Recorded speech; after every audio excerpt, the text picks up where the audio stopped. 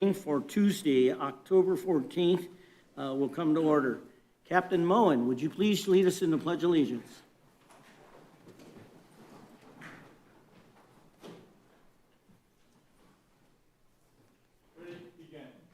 I pledge allegiance to the flag of the United States of America and to the republic for which it stands, one nation, under God, indivisible, with liberty and justice for all. Thank you, sir.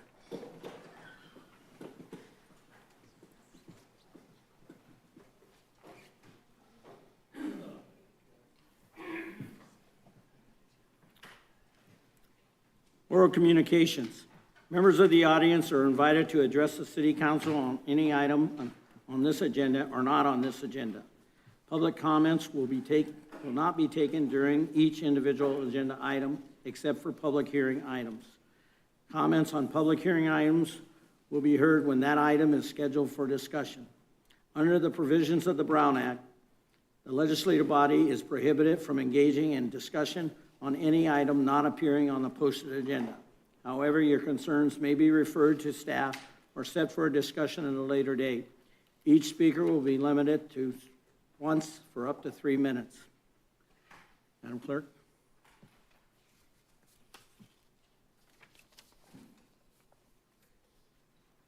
The first speakers are Doran Barnes and Rita McGee.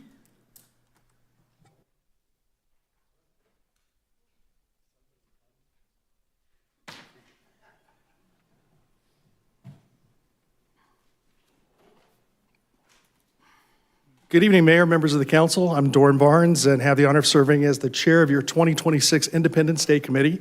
And we are continuing to work really hard. And I wasn't even going to give you an update tonight, but Rita has stuff that she is so excited about. She wants to share with you some of the latest things we're working on. So Rita, my partner in crime here.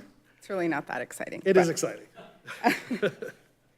Good evening. So I held as a chair of the drone committee, the drone light committee. We had our first meeting about a week ago, and we have ideas about multiple slides that you guys will see. So I have approximately 12 or 13. I think they said a maximum of 16 to 18 during the entire show. So my purpose is we're not really married to any of the slides except for maybe 5. So if you guys had any ideas of something you'd love to see up in the sky, please feel free to email me. That's all I wanted to say. Any ideas as to what you're thinking about? Give us a preview. We have Statue of Liberty. We have the American flag. We're going to have flags up honoring all of our veterans from every single division. We have eagles. We obviously have a couple things for the city of San Dimas, Statue of Liberty, just to name a few. But I think those are the ones I'm married to. The other ones I'm not. So if you guys had any ideas, please feel free to reach out to me via email. And that goes for any of the members of the community as well. These are going to be the lights, the drones that'll appear over City Hall that'll make these incredible images. And what you see happening here is that we're really taking the next dive in terms of our work, where we've got subcommittees that are working on subject matter topics, all of which will come together for this great event. So again, we can't thank you enough for your support in making this happen. July 3rd, 2026, kicking off the Independence Day weekend. It's going to be amazing. Thank you. What's that?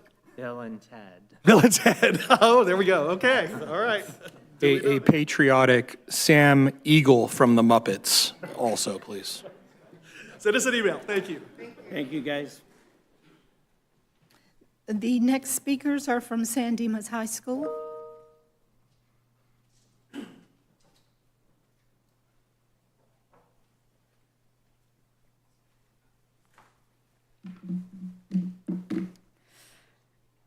Good evening, Mayor Badar, City Council, City Manager, staff, and members of the audience. My name is Jocelyn Ruelas, and this is Miss Carson, and we are from San Dimas High School here today to tell you what's going on with the Saints. We will begin with the academics. We recently completed our first quarter progress reports, marking a strong start to the school year. We're proud to recognize 11 students who were honored for their remarkable growth on the LPAC exam. ASB is working with our academic counseling team, and we're putting on College Week. Next week, we get to seniors excited for college and are offering UC and CSU Financial Aid Night. Next Wednesday for our parents and students. Moving into athletics, our teams have been off to an exciting start. Girls flag football just earned the league champ title, and they received an incredible highlight where they were featured by the Los Angeles Rams and their coach, Tiki Jamie. She was named the LA Rams Coach of the Week, an honor that reflects both her leadership and team success. In the arts, creativity and expression have been thriving at San Dimas. Our theater arts department is preparing to present The Odd Couple at the end of next week, and we encourage all of you to come and see our students during their performance. Our choir had an incredible opportunity to perform the national anthem at the Angels game as a part of a 1,000-student choir.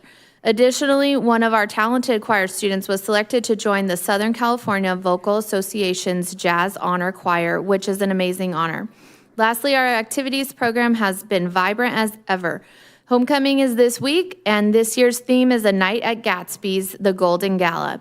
Our homecoming king and queen will be crowned at the homecoming rally in 2 days and the homecoming football game in 3 days. And we're also partnering with the City of San Dimas and LA County Sheriff's Department for our annual homecoming parade in downtown San Dimas.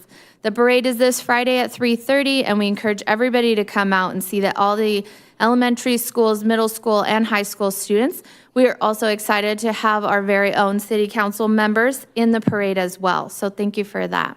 We would like to thank the Walker House for allowing us to film a segment of our rally with our homecoming court, as the Walker House fit their Gatsby theme very well. ASB has launched a Socktober drive benefiting the Inland Valley Hope Partners in Pomona. If you would like to donate new socks, please drop them off at the front office. We will practice the Great Shakeout Earthquake Drill, which will take place on October 16th, to ensure our students are prepared for emergencies. I look forward to giving you more updates on this next month. Thank you for your time. Ms. Carson? What football team is playing in the homecoming parade? Northview, Northview? we'll see you there. Could you please tell me what happened with our girls last Monday? Last Monday. Flag football? Didn't they have flag football? Yes, we won. I believe the score was 26-0, and we got our league champ title. Congratulations. Thank you for that.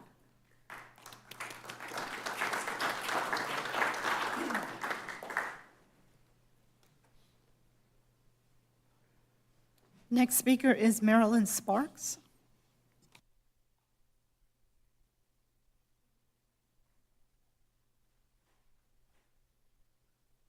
Good evening, Mayor Bedar, members of the council, and community members. My name is Marilyn Sparks, committee chair for both the San Dimas Chamber Wellness Fair and the San Dimas Chamber Annual Beer and Wine Walk, and I'm joined by Sylvia Melendez, CEO of the San Dimas Chamber of Commerce. We're here tonight to express our heartfelt thanks to the community for its incredible support of 2 recent and highly successful events that brought energy, engagement, and connection to our city. The first was the San Dimas Chamber Wellness Fair on September 27th, a brand new initiative designed to promote health, well-being, and community resources for residents of all ages. This event marked an exciting new chapter for the Chamber, and we were thrilled with the turnout, participation, and enthusiasm shown by our community and more than 30 partners. The second was the 9th annual San Dimas Beer and Wine Walk held on Saturday, October 4th, in beautiful downtown San Dimas.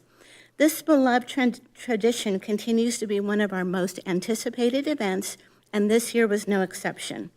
Both of these events would not have been possible without the generous contributions and collaboration of so many. We'd like to thank the City of San Dimas and the Public Works Department, our dedicated event committee members, our sponsors, the San Dimas Sheriff's Department, and Fire Station 64. Our downtown merchants, vendors, restaurants, breweries, wineries, K-West TV station, and chamber members helped to make the Beer and Wine Walk a success. A special thank you goes to all of our hardworking Beer and Wine Walk volunteers, especially the teams from Golden State Water and the San Dimas Laverne Seroptimus Club for their time, energy, and community spirit. We'd like to extend our appreciation to Mayor Bedar, City Council, and City Manager for your ongoing support for joining us at these events.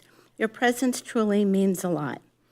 At the Beer and Wine Walk, we had 63 participating entities, including 30 artisan and nonprofit booths, 22 pour stations and local shops, 7 restaurants, a couple of catering companies, 5 breweries, several wineries, and 5 live music performances throughout downtown. Our first ever wellness fair brought together health providers, fitness experts, and wellness advocates and local organizations, all focused on empowering our community to live healthier, more balanced lives. It was a wonderful opportunity for connection, education, and proactive health engagements. These events showcase the very best of our community, encouraging residents and visitors alike to explore local shops, enjoy local cuisine, connect with small business owners, and prioritize their well-being. Please mark your calendars for October 3rd, 2026 for the San Dimas Rocks the Block Wine Walk, and then on the last Saturday of September for the Wellness Fair. Thank you. Thank you. The next speaker is Raymond Foster.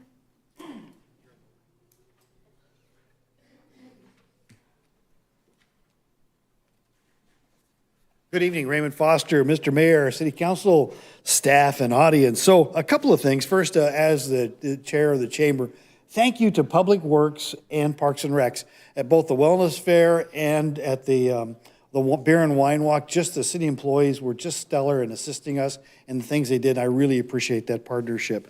At the chamber also, we've established a new relationship with the Business Administration Department at Mount Sac, and we have 9 students who will be appearing in the next 2 weeks to have interviews as interns with the chamber. And this goes along with 2 things we're responsible for. One is workforce development, and the other is building capacity within the chamber. And we hope to have 2 of them because I've got a good relationship with the chair over there, and we're going to develop some curriculum so they get a meaningful experience, and they also get exposed to San Dimas and the various businesses. So we're very excited about that. Even though the Feeding Military Families does those semi-annual food drives, we are not dormant. We just arranged for the transportation and delivery of 5,000 dozen eggs to 3 military facilities: Coast Guard Base, Los Angeles, Long Beach, Los Angeles Air Force Base, and Camp Pendleton. And particularly at a time when there's some confusion about feeding military families even stronger right now. We also got 5 pallets of rice out to 29 Palms. In addition, I got 800 pairs of shoes out to military families. We diverted some of those to House of Ruth locally because we had so many, so all 5 of the bases were connected with that. We went back to Life Pacific University and we said, we have sold out this Marine Corps dinner and we need more seats. And we need more seats. And I met with the CFO, the COO, the XYZ, the whole staff came down there, and we've squeezed 4 more tables. That's 32 additional seats. I've already sold 1 full table, but there are tickets available. They won't last long. Got a great speaker, great entertainment, a fabulous cause, and there is a surprise, a San Dimas-centric surprise.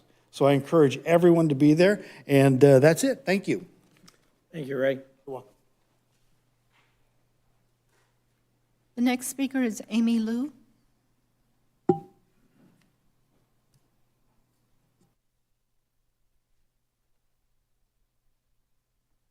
Good evening, council and city staff and audience. I just have some updates from the library.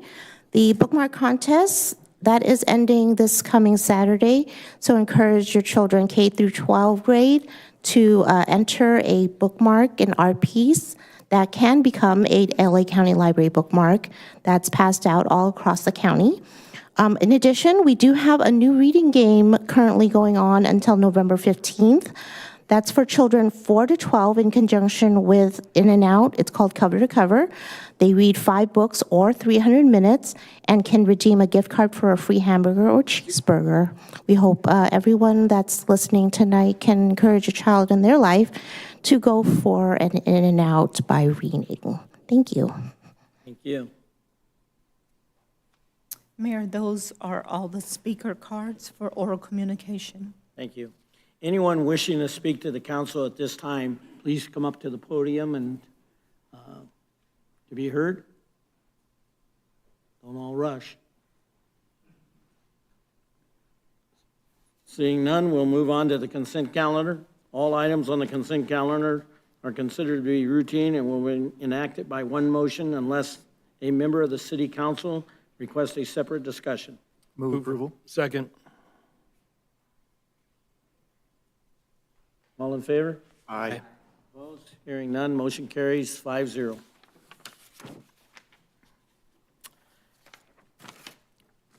Prior to the consent calendar, us moving on, I'd like to request the Parks and Rec Director, Scott Wasserman, to come up.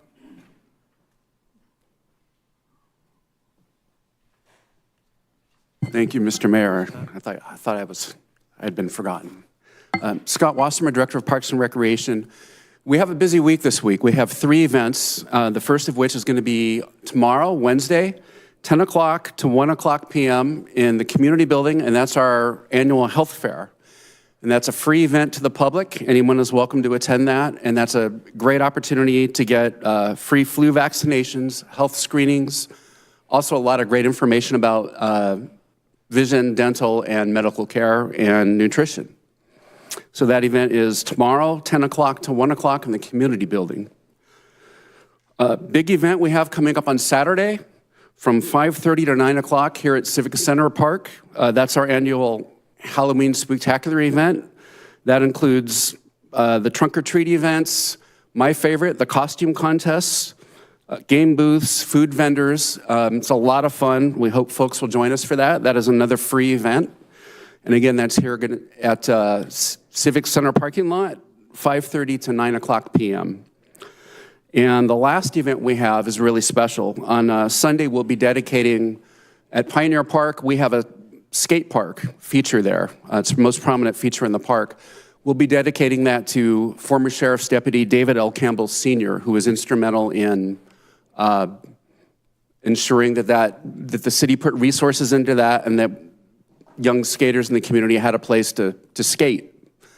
So that'll be a really fun event. We'll have City Council, of course, the Campbell family will be there, and the public is welcome to join us also. So that will be Pioneer Park, Sunday at 10 o'clock a.m. And that concludes my update. Thank you. Thank you. Okay, we'll move on to other business. Introduce ordinance 1331A, city-initiated municipal code text amendment to amend specified chapters of Title 15 of the San Dimas Municipal Code, Buildings and Construction, to adopt by reference the 2025 edition of the California Building Code, Volumes 1 and 2, and the California Residential Code, the California Plumbing Code, the California Electrical Code, the California Mechanical Code, and the California Fire Code, the California Wildland and Urban Interface Code, and the California Green Building Standard Code, the 2024 International Property Maintenance Code. Staff? Thank you. Good evening, Mr. Mayor and members of the council. My name is Garrett Tarango, Building and Safety Manager. I'm here this evening to introduce the proposed adoption of the 2025 Building Standard Codes update. Every 3 years, the California Building Standards Commission updates the building standards codes. These updates are due to state laws that have been passed since the previous adoption and reflect changes made to the model standards codes through code hearing, panels, and processes.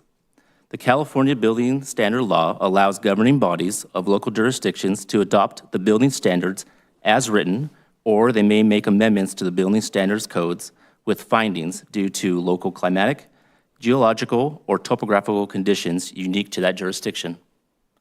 The effective date of this triannual edition is 180 days after publication, which is January 1st, 2026. The city staff recommends that the City Council read by title and introduce Ordinance 1331 and set a public hearing for October 28th, 2025 to receive public input on the proposed adoption. Thank you.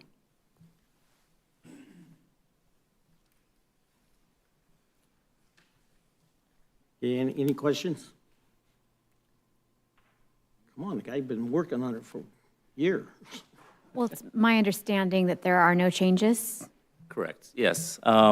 Any changes we have made are just minor clarifications on definitions and things of that.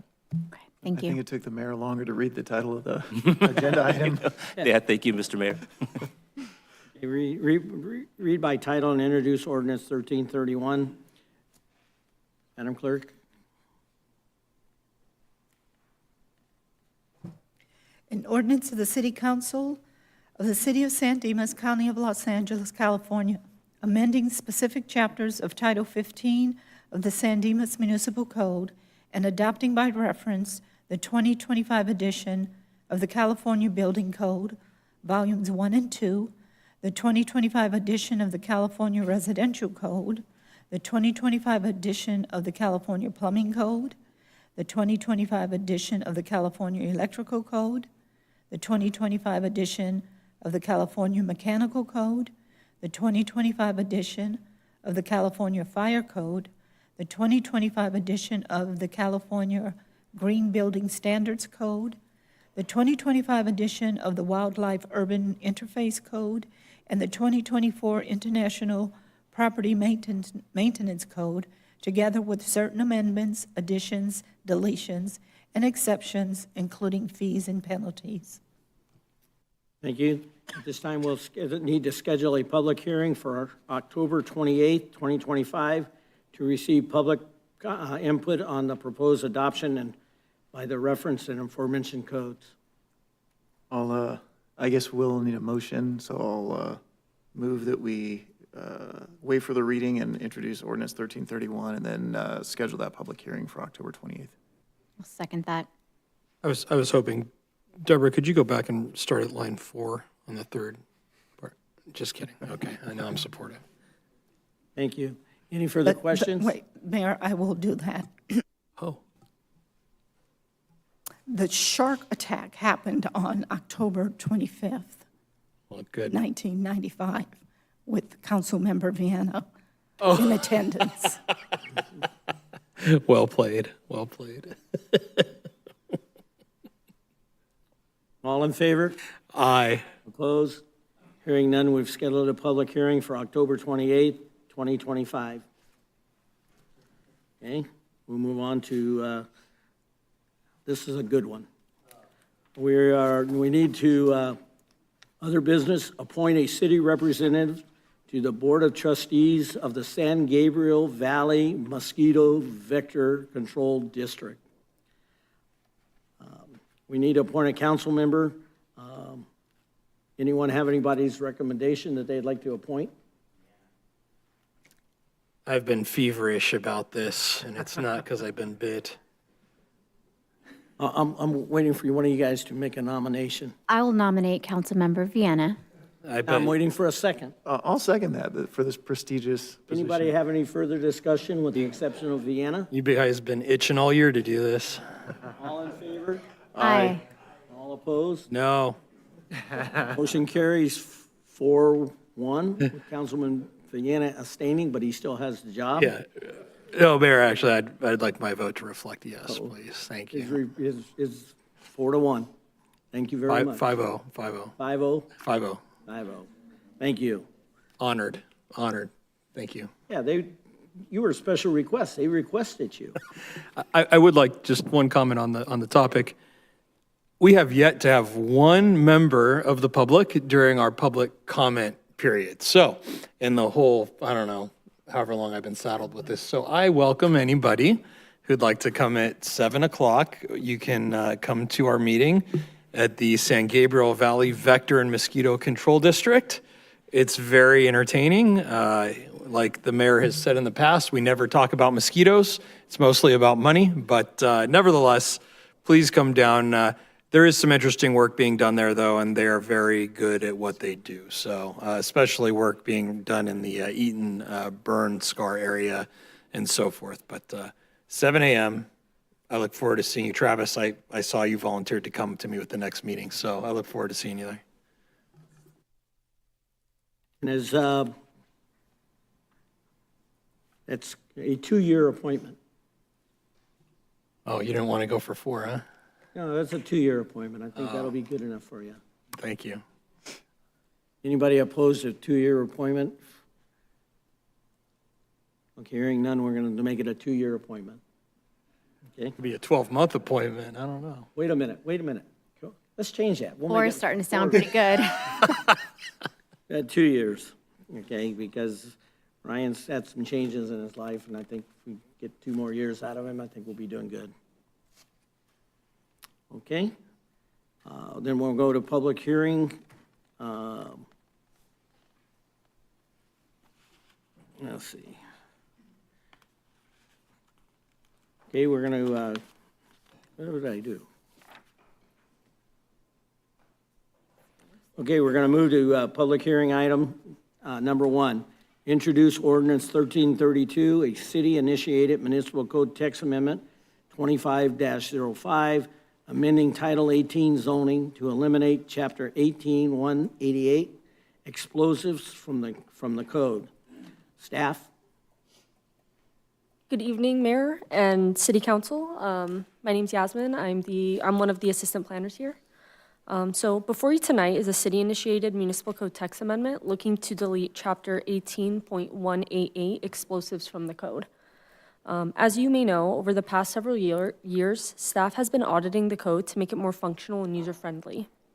In 2021, City Council granted an MCTA initiation identifying several chapters that should be amended, updated, or deleted. At that time, the explosives chapter was discussed as an item to be deleted. The chapter was originally codified in 1961 to address the storage and permitting of explosives. However, since that time, the responsibility of handling, storage, and use of explosives has shifted to different state and federal agencies.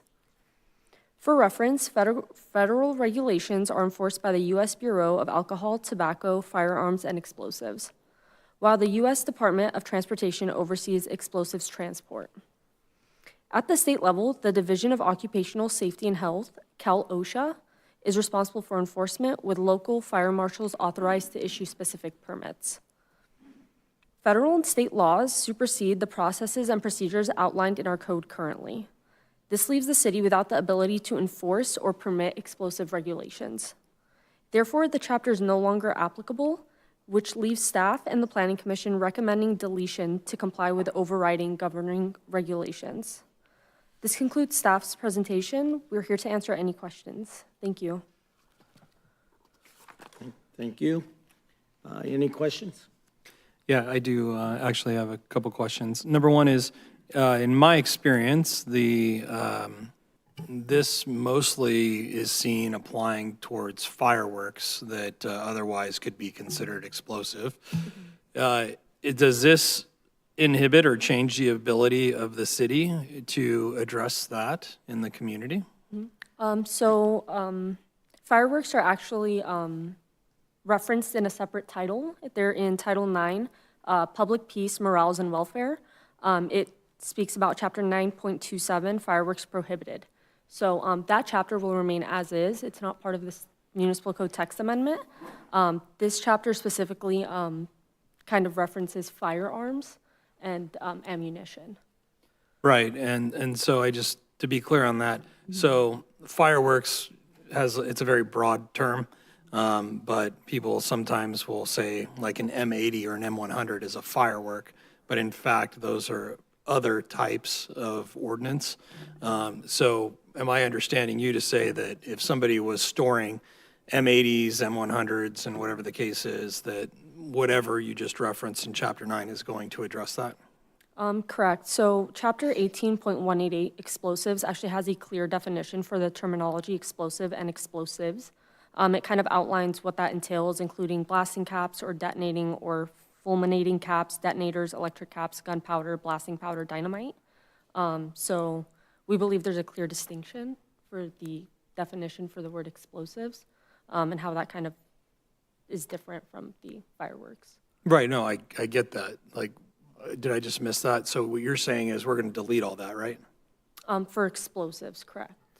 Right. So like blasting caps, M80s, for example, could be perceived as dynamite, and depending on the type of ordinance that you get if, you know, you go to Mexico and get these things pretty loaded. That's an explosive that some people consider to be a firework. So I'm just trying to understand, if we're going to delete this, is there a way to enforce a situation where somebody has M80s, M100s, and other types of things that traditionally are used at 4th of July or firework time?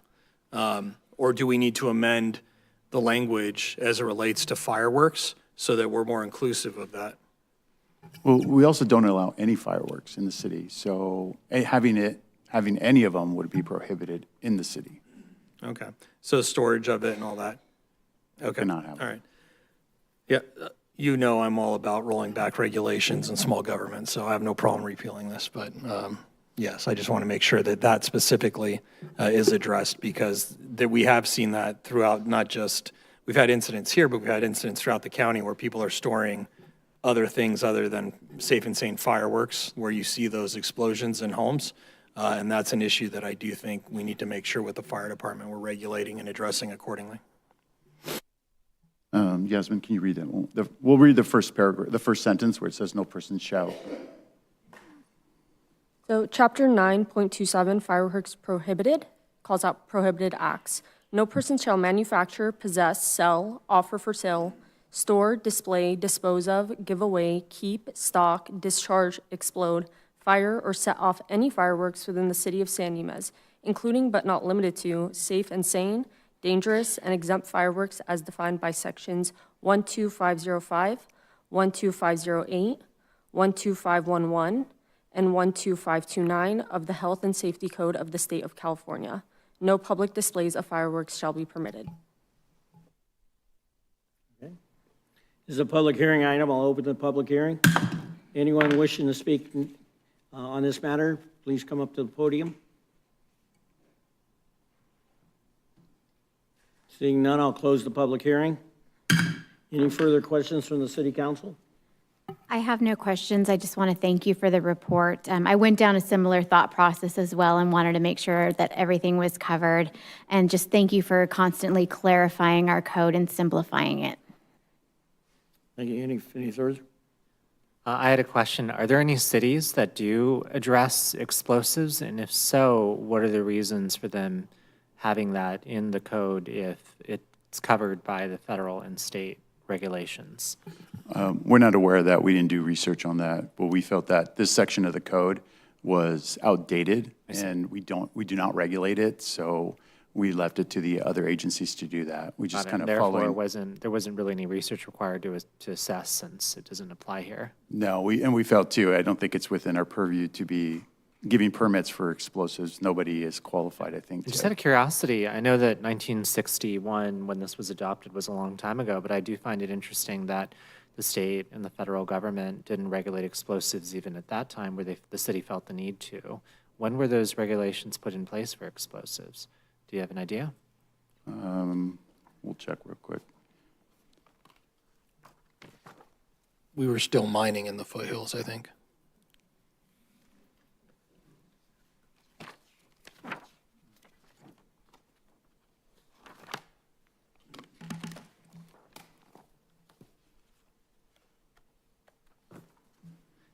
It's just more of a matter of curiosity. So if it's not available, that's okay. It's in the ordinance.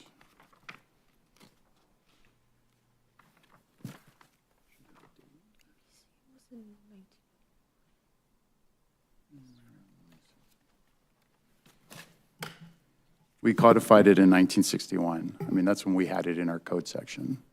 So. Oh, yeah, I was just asking like when the federal government and state government started regulating this because I thought it was. It could have been curious. 1981 based on some of the Interesting. code sections we have. Okay. 1981. It's not too long ago. I like to think that, but okay, thank you. Sure. Okay. Do I have a motion to introduce ordinance 1332 approving MCTA 25-25? So moved. Second. Any further questions? All in favor? Aye. Aye. All opposed? Mayor, we do need to have a reading of the title by the city clerk. Ordinance 1332, an ordinance of the City Council of the City of San Dimas, County of Los Angeles, California, approving Municipal Code Text Amendment 25-05, a city-initiated municipal code text amendment to amend Title 18 zoning to eliminate Chapter 18.188 explosives from the code in its entirety. Move we introduce ordinance 1332 and waive further reading. Second. All in favor? Aye. Opposed? Seeing none, the motion carries 5-0. Thank you guys for cleaning that up. Appreciate it. Okay, we're going to go to public hearing 2. Approve Resolution 2025-52, a resolution of the City Council of the City of San Dimas, County of Los Angeles, approving vesting tentative track map 24-04, 84663, General Plan Amendment 24-04, Development Plan Review 24-13, Tree Removal Permit 24-07, with an associated affordable housing agreement. The project is exempt from Government Code Section 65457 and CEQA Guidelines 151829C, a request to approve vesting tract map and for condominium purposes for the development of 164 attached 2 and 3 stories, 17 of which will be affordable units, moderate income, amend the housing element to reallocate 89 units across affordability levels from the subject sites to 7 other existing housing sites, numbers 4, 5, 7, 9, 10B, 11, and 12. Reduce the density of the subject sites from 45 to 55 DUA to 16-25 DUA, and create 2 sites from sites number 13, 13A, and 13B.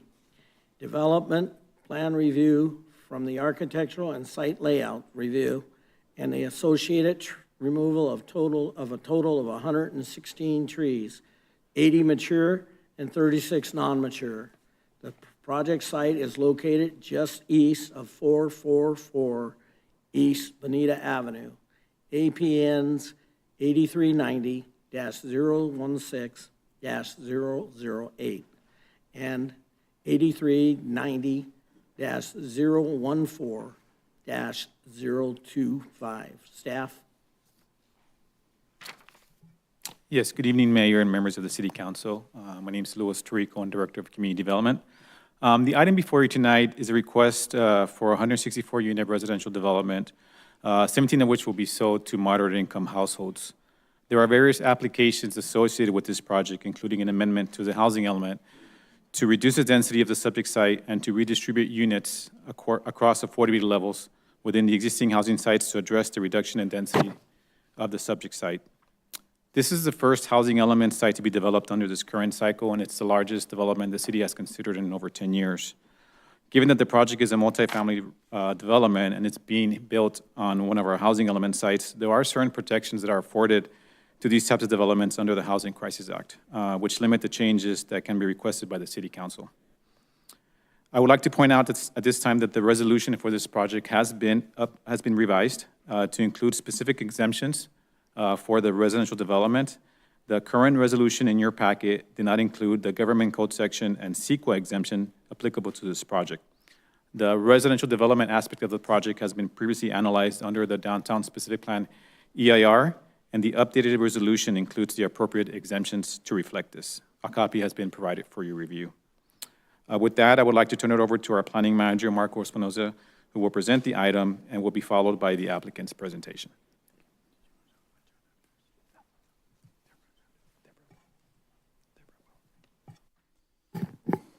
Good evening, Mayor and council members. Marco Espinoza, Planning Manager. Before you tonight is one of the largest housing development projects the city has processed in over 20 years. The applicant, Matt Waken, on behalf of San Dimas LLC, submitted the following applications for the development of 164 for-sale condominium projects. As mentioned, 17 of those units will be sold as affordable units to a moderate-income household. The rest of the units will be sold at market rate.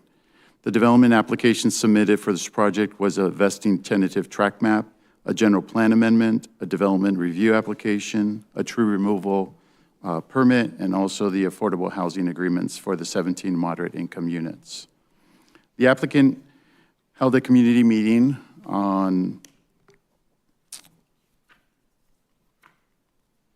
July 8th, 2025 at the San Dimas Senior Center to inform the surrounding community of the proposed project. The applicant conducted a 500-foot radius notification of the subject site.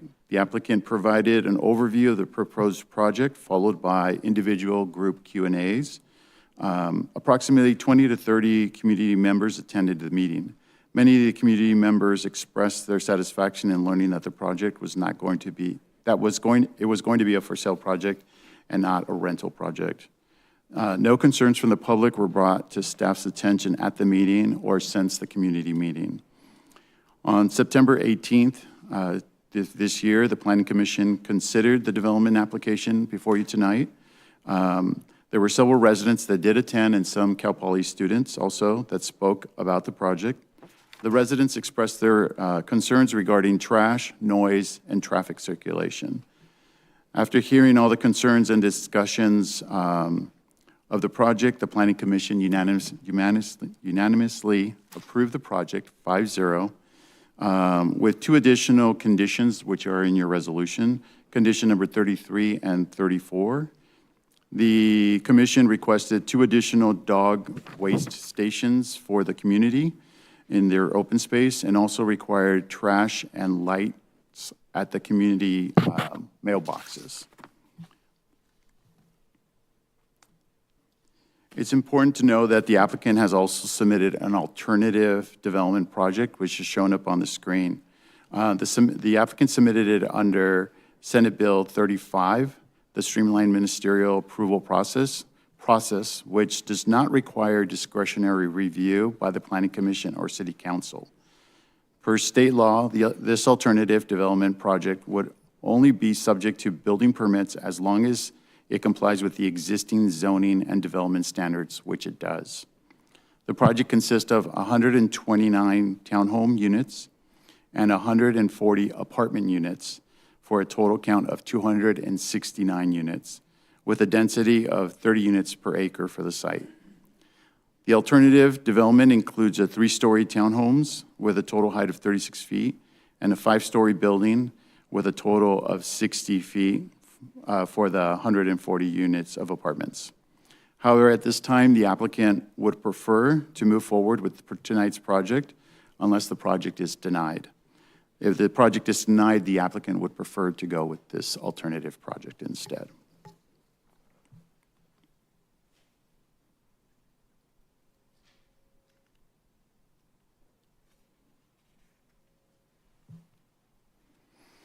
As mentioned, the applicant would prefer to develop the project being presented tonight. However, to do so, the general plan amendment to the housing element is required to reduce the density levels of the site from 45 to 55 dwelling units to the acre to 16 to 25 dwelling units to the acre.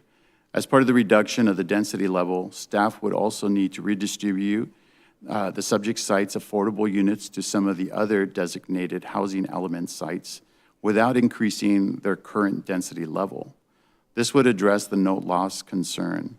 In addition, subject site 13 would be divided into 2 sites as shown up on the screen. Site 13A, which would be the subject site, and 13B, which would be the Golden State Water site, which is currently vacant.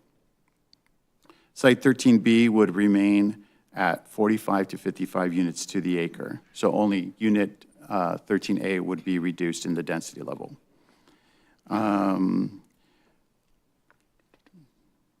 Staff has been in communication with HCD about the proposed amendments to the housing element, which they have reviewed and documented, and we have attachment, which is in attachment number 6 of your staff report. The amendments are now in would be in compliance with the city's current housing element, and no further review of the housing element would be required or environmental review would be required. The project is exempt under Government Code Section 65457 and CEQA Guidelines 18182C, as the proposed development has been previously analyzed under the Environmental Impact Report of the Downtown Specific Plan. The subject site, number 13, was analyzed as a maximum density of 45 to 55 units to the acre. As long as the proposed development does not exceed the maximum build-out analyzed in the ER, there's no further environmental review required. In this case, the applicant, as mentioned, is proposing 164 units at a lower density, significantly below the maximum build-out analyzed by the Downtown Specific Plan. While the proposed development is exempt from further CEQA review, focused technical studies, including but not limited to air quality, traffic, and sewer studies, were still required to ensure that there were no impacts caused by the proposed development. These studies have been completed and reviewed by city staff and determined that no impacts are anticipated of the proposed development. In addition to the proposed development, the amendment to the housing element must also be considered in the CEQA review. The proposed element consists of reducing the density from 45 to 55 units per acre to 16 to 25 units per acre for a portion of Lot 13, creating the two sites, and transferring unit capacity across affordable levels to the additional sites to address the no net loss issue. The proposed amendment will not increase the number of housing element sites, nor will they increase the density of the existing housing sites. Therefore, no impact to the housing element sites, the existing sites currently, and will be in compliance. The housing element will still be in compliance. The proposed project will provide a mixture of units and also a mixture of building clusters. The applicant is proposing 9 different unit types, ranging from 1,286 square feet to 2,036 square feet in a 2- and 3-story type building. The units will also range from 2 bedrooms with 2.5 baths to 5 bedrooms with 3.5 baths.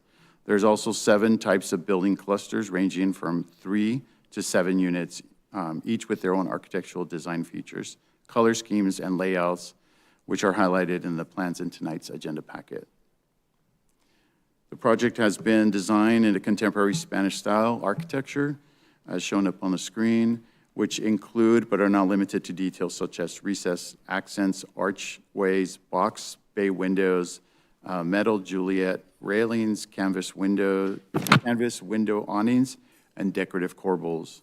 The contemporary architectural Spanish style allows for a variety of building layouts that provide for front porches, balconies, arches, and wall fenestration. The applicant has been able to design all the building clusters to have their own architectural look with different roof heights, second and third story setbacks from the first floor, and cantilevered wall planes, developing a cohesive, well-designed development. Most of the building clusters have been laid out to have the front doors of the units face the interior walkways that lead to each of their own courtyards. On the other side of the walkway would be another set of buildings that, with its front doors also facing the walkway, creating a feeling of a neighborhood block. The project has been designed to meet the development standards of the Downtown Specific Plan, as shown on the screen and discussed in the staff report. The project meets the minimum and maximum building story heights, the building setbacks, building street setback, floor area ratio, density, parking, common and private public open space. On the screen, you can also see the location of the visitor parking, which has been distributed throughout the development. Also, the trash bin locations distributed throughout the development, and the fire turnaround required by the fire department. As mentioned, the project complies with the building setbacks. However, the applicant has gone beyond to meet the three-story unit 65, to meet the setbacks for the three-story units. The code requires that the units be a minimum of 32 feet away. The applicant's actually proposing them to be at 60 feet away from the west property line, which is closest to the single-family residence. This is a depiction of one of the units there that would be closest to the single-family, where you can see the second story on this side, and then the 3 stories is set back. So from here to the property line is about 60 feet, and there is a 20-foot setback, 10 feet which would be landscaping, the 20 feet of full landscaping, and then another 10 feet of landscaping with a sidewalk there between the residence and the proposed project.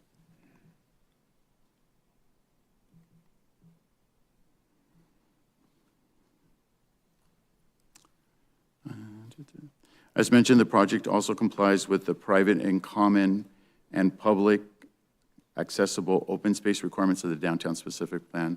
The public accessible open space will be fronting Bonita and measures approximately 8,984 square feet and will provide for open dog play area, dog station, and benches. In the interior of the development, there will be several common open spaces totaling 28,513 square feet in size. The central community space, the largest of the open spaces in the development, will provide for a passive and active use, including but not limited to a barbecue island, picnic tables, benches, a tot lot, play equipment, and open green space. Each of the units will also have their own private space in the form of a ground level patio or upper level patio deck. The ground level ones would be a minimum of 6 feet deep and approximately 20 feet wide, with the upper decks measuring approximately 56 to 75 square feet. You can see some of the depictions here of the decks or the balconies on the second story. Also, this is the entryway public space that's accessible to the public. This is not fenced off. So this is right off Bonita, which would allow for anybody to come and use. And then we also have the private space here within the development itself and a rendering of what it would look like. Can I ask a clarifying question? Sure. Is it my understanding that the development is no longer gated? It's currently proposed as gated. The applicant is open, depending on the council's wishes, to either remove it or leave it as is. But I believe I had a conversation yesterday with the applicant, and I was under the impression that that part was being removed and was being shared with staff. Did that happen? We weren't informed of it being removed. But when the applicant presents, we can see what they say. Marco, would you show us with your pointer where the gate is, please? The gate is going to be down here. And I think the next slide depicts, actually, what's it? Did I go over? No, I haven't gone that far, sorry. That's what the gate would look like. And that's coming off of Bonita? Yes, it's about approximately 300 feet into the development. So. And what's on the? So from Bonita. Covering that 300 feet. From Bonita to the gate, what's out front there? Is that It's about 300. Complex itself? It's an entry driveway lined with landscaping. So it sits about 330 feet from the sidewalk. It's skewed a little bit, so you won't have a direct view of it. And then adjacent to that proposed gate, if the gate ends up staying in the project, the forestry site has their own gate as well to the left of that. So no down. Okay, is that just a normal gate, the forestry project? Yes. I mean, it's not a decorative gate or anything like that. We have can you go back to the next screen? You can see right there, it's wrought iron. Okay, this is the gate to the project. Yes. Okay, we have a picture of the forestry gate, or an idea of what it is. We don't, just because they don't have their plans in yet, but I imagine that it wouldn't be much different from what's existing now for them, Thank you. which is also wrought iron. Thank you. Okay. Speaking of fences, the perimeter project will be fenced off with a 6-foot-high, off-white colored sand finish stucco wall with a decorative cap.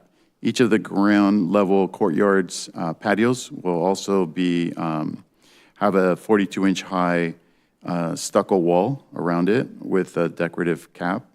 The 6-foot-high main entry vehicular and pedestrian gate will be painted black to complement the off-white colored stucco. Several retaining walls will also be built primarily at the northeast area of the project. The highest portion of the wall will be 16 feet high, which will be facing the project site and not the existing commercial or single-family resident developments. Therefore, only the 6-foot-high wall will be visible to the adjacent parcels. A tree removal permit, as mentioned, has also been submitted as part of the development project. The applicant is proposing to remove all the trees on the site due to the required grading, change of finished grade, and the project site, and conflict with the buildings and underground infrastructure. There's a total of 116 trees on the site that will be removed. 80 of the trees have been determined to be mature and 36 non-mature. All the trees are seedlings and have not been properly taken care of or pruned throughout the years. The variety of trees that exist currently there are Canary Island pines, other types of pines, coastal live oak, ash, sycamore, cedar, elderberry, and palms. The applicant is proposing to plant a total of 164 trees at 24-inch box in size, meeting the tree preservation ordinance and the downtown specific plan replacement requirement. The replacement trees will be planted throughout the development, consisting of fruitless olives, magnolias, California sycamore, crepe myrtles, strawberry trees, Australian willows, and a few other species.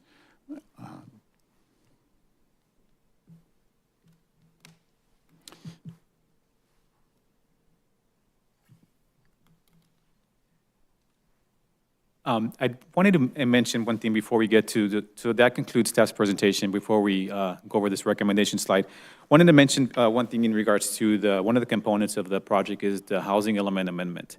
So in order for this project to move forward, there's a few things that have to happen. We have to reduce its density on the portion of subject site, which is a portion of site 13. And in doing so, because they are only providing 17 affordable units, not what was designated on the housing element, we have to do this amendment where we redistribute units to stay in compliance. So when we went through the process of adopting and certifying the housing element, and we're identifying sites and designating the number of units for each site, it's a plan. And we knew that eventually during this cycle, which is between 2021 and 2029, there would be a point where we'd have to amend the housing element because there is no mandate as part of the housing element nor the downtown specific plan for these affordable units to be built. We can always request, but there is no requirement. So these sites, all these sites, majority of sites do have lower and moderate income units designated to them, but we can't force the applicant to build them. So in situations where we have these sites that an applicant is proposing market rate, 100% market rate project, we can't stop their project from moving forward. But we as a city, in order to stay in compliance with the state and our housing element, we have to go through this amendment process. And to be honest, it's probably more likely that before this current cycle is over, we probably will have to do another amendment if we have another site that comes forward with 100% market rate. Because at the end of the day, we don't have the requirement for them to provide the affordable units. So that's why we're kind of processing this as part of this request is the housing element amendment, where we're redistributing units to address the reduction.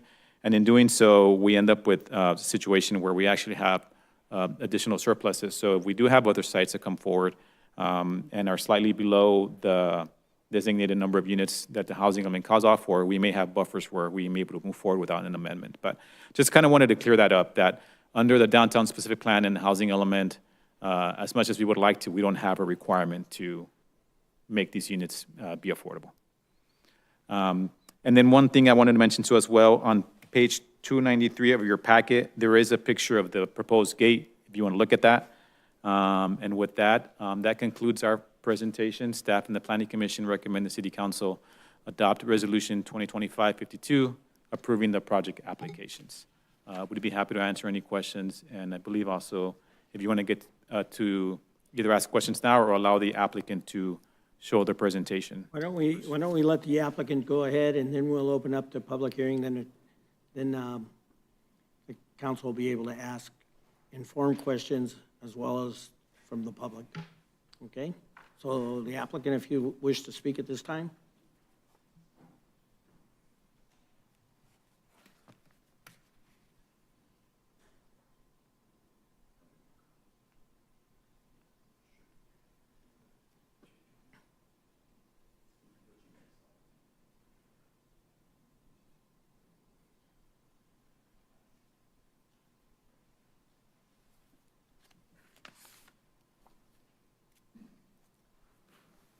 Good evening, Mr. Mayor, members of the City Council. My name is Matt Wakin with San Dimas Bonita LLC.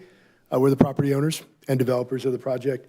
First off, I want to really thank Louis and Marco. Marco, great presentation. And Louis and Marco have been really engaged in this project from day one. They've been collaborative. They've worked with us on every single issue that's come up. And what's really interesting, I'm going to give you just a short background on how we got here tonight, and I'll talk a little bit about the project. And then our team's here to answer any questions. We acquired the site a little over a year and a half ago. And first thing we did after we acquired it was we came in and sat down with Louis and Marco. And interestingly enough, Louis asked us to stand down for several months and not move forward on any project plans or any site designs, which was an interesting request. But the reason that he did that was because City Council was very deep into working on the design standards that they wanted for their downtown specific plan. And he asked us to sit on the sidelines for a few months and to monitor those meetings and to monitor the downtown specific plan as it got updated. So we did that for several months and we waited. And once the City Council finally adopted the downtown specific plan, we were able to take all of the design standards from that. And what our goal was with this project was to design a project that was fully compliant. And it's rare that we do that. We usually have some deviations. We usually have some sort of a housing law that we're looking for concessions and waivers on, whether it's setbacks, height, or density. We're usually looking for that. But in this, in speaking with Louis and in seeing the way in which you guys worked on your design standards for this, we saw that you had a vision, and we wanted to try to deliver that vision to the city with this project. So we came back in, we designed the 164 units that you see before you. We also did a couple of other variations with the higher density that was proposed in the housing element. And what's interesting about, as a developer, you would think by the nature of housing laws that I'm supportive of them. And it's interesting, for the most part, I'm not. There's a few of them that can be useful, but I think that, the state and Sacramento looks down and passes these mandates for housing to be built. And what they do when they do that is they place a number of units on a city, and there's no collaborative effort really to work. They just say, give us a list of sites and tell us how many units you're going to put on them. And then they give developers density bonuses. They give them concessions and waivers that allow them to eliminate parking standards, to eliminate public open space, private open space, setbacks. You can go from a 3-story height max to 5. And what that does is that basically craters any sort of design standards that a city would have. And it allows them, and the state looks at this as number of units. I look at this as type of housing. That's what's really important to me as a developer. And what we try to develop is entry-level, family-oriented housing, because what I believe is that the transitory housing that the state's mandating, which is primarily multifamily projects, and it's proliferation of studios, 1s and 2s, it's transitory housing. It doesn't bring families into the communities. It doesn't bring kids into the schools to support the school district through state funding. It doesn't provide a lot of sales tax revenue and other types of things pride of ownership do. Sports programs, AYSO, Little League, all those are supported by family-oriented housing. That's what we try to do, and that's what the vision, I think, of your downtown specific plan was. Louis reached out to HCD right away. He wanted to take the lead on it and talk to them about the density applied to the site, came up with a solution, presented that to HCD, and they were very supportive of it from day one. Interesting part about housing laws is the only area of housing law that allows and even advocates for collaboration between a developer and a municipality is when you're dealing with no net loss. And what's interesting is we have no net loss issues in every city I'm working in, and probably every city in California, because nobody can deliver precisely to densities that they put in their housing elements. So it was a great joint effort to get through HCD and to get the approval on that and to shift some of the units around and provide larger buffers in all categories for the city. So we had a public meeting. Louis asked us to do that as well. We had about 40 people there, and everybody was really supportive. We showed them alternatives that we could do under housing laws, and we showed them what our preferred plan was and what the city's vision was. And we had almost no opposition at that meeting. Everybody was very supportive, specifically the neighbors to the east of the project. Otherwise, we can go a little bit into design. I just want to talk about a couple of things that were really important to us. Let me talk about the gate real quick, and we can come back to it. We're happy to answer questions. Did have a conversation, and I wasn't able to get the plans modified until I got here this evening, but we have plans to circulate to council, which shows this entryway without the gates, as well as a site plan without the gates. Just to give you a little background on the gates, we originally designed the gates. The thought behind it was that it had a fairly significant setback off of Bonita, so we felt maybe for safety, security, we would install gates with the project. It wasn't trying to keep people in or keep people out. We put the gates on there as part of the design feature. We heard at the public hearing, the first planning commission hearing, one of the planning commissioners opposed the gates, and we talked to one of the council members who also opposed the gate. We are agnostic on the gate. As far as the gate's concerned, we're happy to leave it in the hands of city council, and I presented an option A, option B to you, but yes, the gates can go as far as we're concerned, so we're not married to the gates. Last thing I'll touch on, Marco did a great job on the architecture, is I want to talk a little bit about what we did up on Bonita. We thought it was really important. I can't get to the next slide. Well, if you look at the Bonita frontage, after we acquired the forestry site, the office building along Bonita became available for sale. Thank you. Appreciate it, Marco. It became available for sale. We felt this was really important for us to acquire this site and incorporate it into our project, primarily to provide a public and private amenity along Bonita, which we think really serves as a nice buffer and for the community, but also to sort of open up the gateway to our project a little bit better and create some more openness to the project. So we added that to it. The design of the project, if we can go back one slide. As Marco touched on, we have paseos throughout these projects. It's one of the things we really like to design in our projects is we open up two buildings, we face them toward each other and design paseos and sidewalks in between. It allows for kids to come out and play with their neighbors and adults and the homeowners to come out and talk. So everything's paseo into the front and then rear loaded for the garages. So we think that's a great amenity. We have some good open space. Louis and Marco asked us to respect the neighbors on the east property line, so we dropped those down to 2-story and exceeded on the setback, so to create privacy for them. You know, overall, we think this is a great project. It's going to bring 164 families to San Dimas, and homeownership is something that's really important today. So I have my whole team here tonight to answer your questions. We have everybody from the environmental side, architect, civil, legal, and we're happy to answer any of your questions that you might have. Thank you very much. Thank you. I think we'll come back to the development team. I think we're going to open up the public hearing because I want to hear what the public has to say, and then we'll go into questionings of everybody involved. Okay, at this time, I'm going to open up the public hearing. Anyone wishing to speak on this project, please come to the... Mayor, first I'd like to announce that the city clerk received one letter in opposition to the project. That letter was provided to members of the council, and it will be entered into the official record. That letter was provided by John Ebner, former council member of the city. And a speaker card has been turned in by Doran Barnes on this subject. Okay, Mr. Barnes?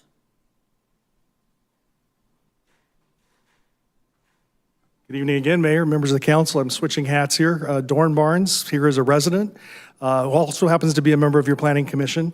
Let me say first off, I'm really excited about this project. I think this project does some really nice things for our community. I think the developer has been very thoughtful in terms of the density and the massing of the project. When we look to the existing residences to the east, and as we move towards the west and our vision of the downtown specific plan, to me, this is a really great transition to make that happen. So from that standpoint, I think the project's super exciting. The idea of having an entry-level product, and I hope the pricing comes in to where it can really, truly be entry-level, I think that's something our community needs, and this helps provide that vehicle. I was flagged as the one commissioner who made the noise about the gate, and I personally do believe that the gate is not appropriate for the project.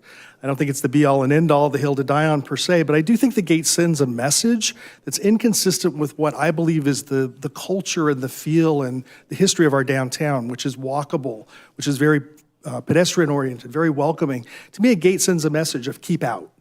And I think that the gates could work well in other parts of our community, but I think in the downtown, it just sends a message that, like I say, isn't consistent with what I believe is the culture and the history of our downtown. So again, I encourage you to support the project. I think it's an awesome project. Just don't like the gate. Thank you. Thank you. That was the only card? Yes, Mayor. Anyone else wishing to speak to the council at this time?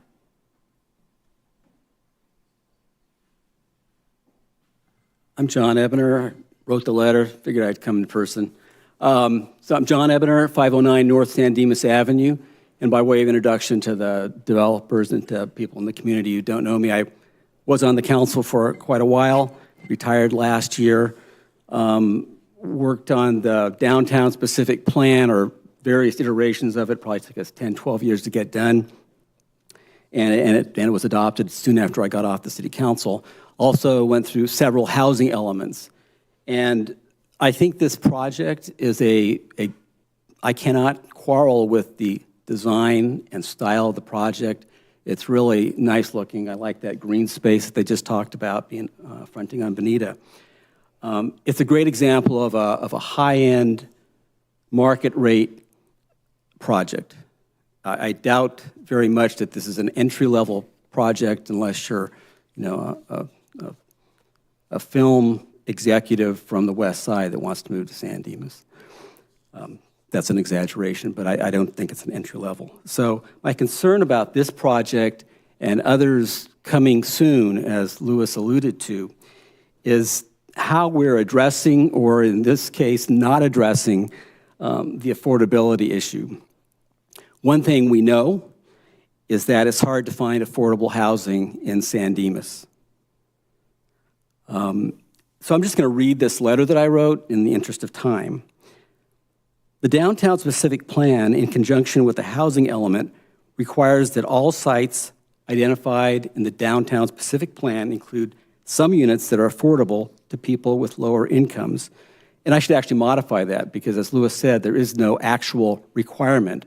The method was, let's make these things as dense as possible, thinking that developers are going to come in and say, oh, that's a good place that I can put some studios or one-bedroom apartments and make them affordable.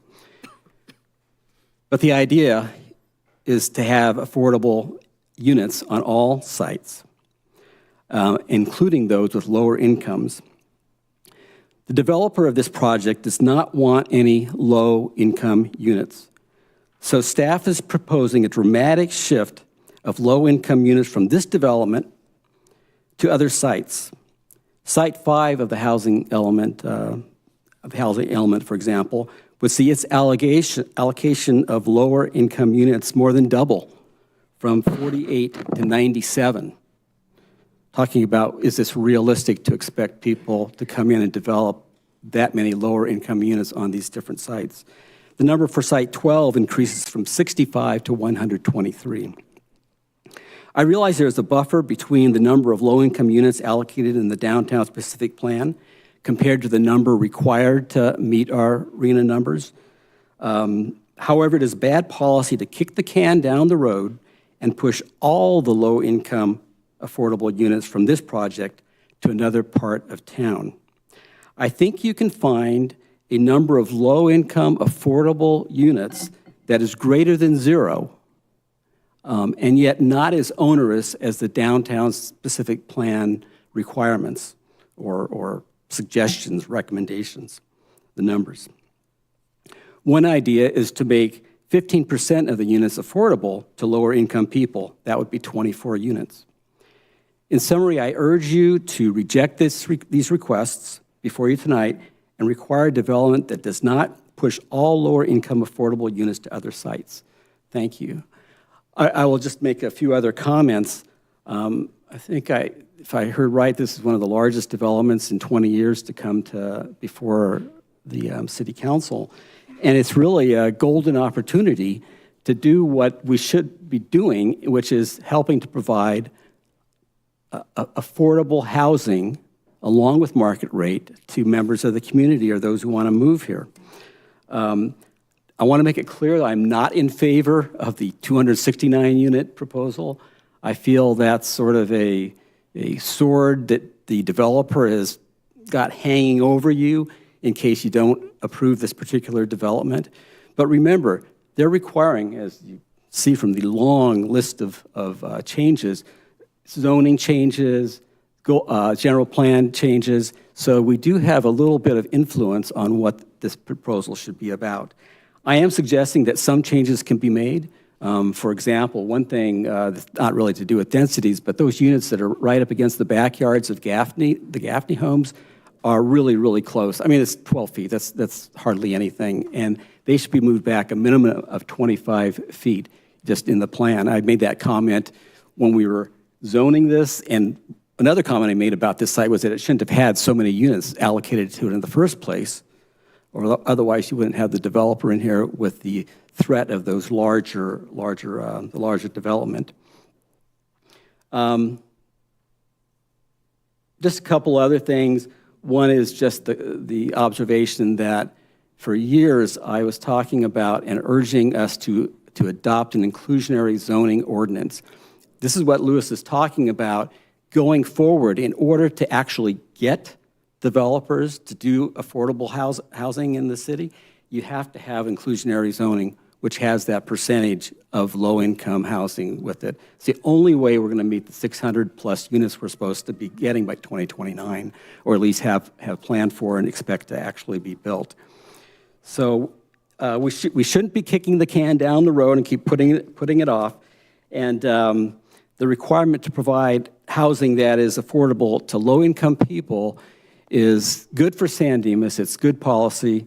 And I urge you to think about how this development should be done in order to make it the best for San Dimas. Well, thanks a lot, guys. Thank you.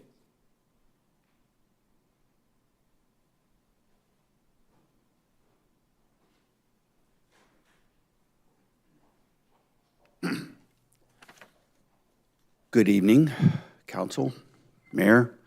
Patrick Jones, I live at 239 Avenida Melisenda. A couple of things.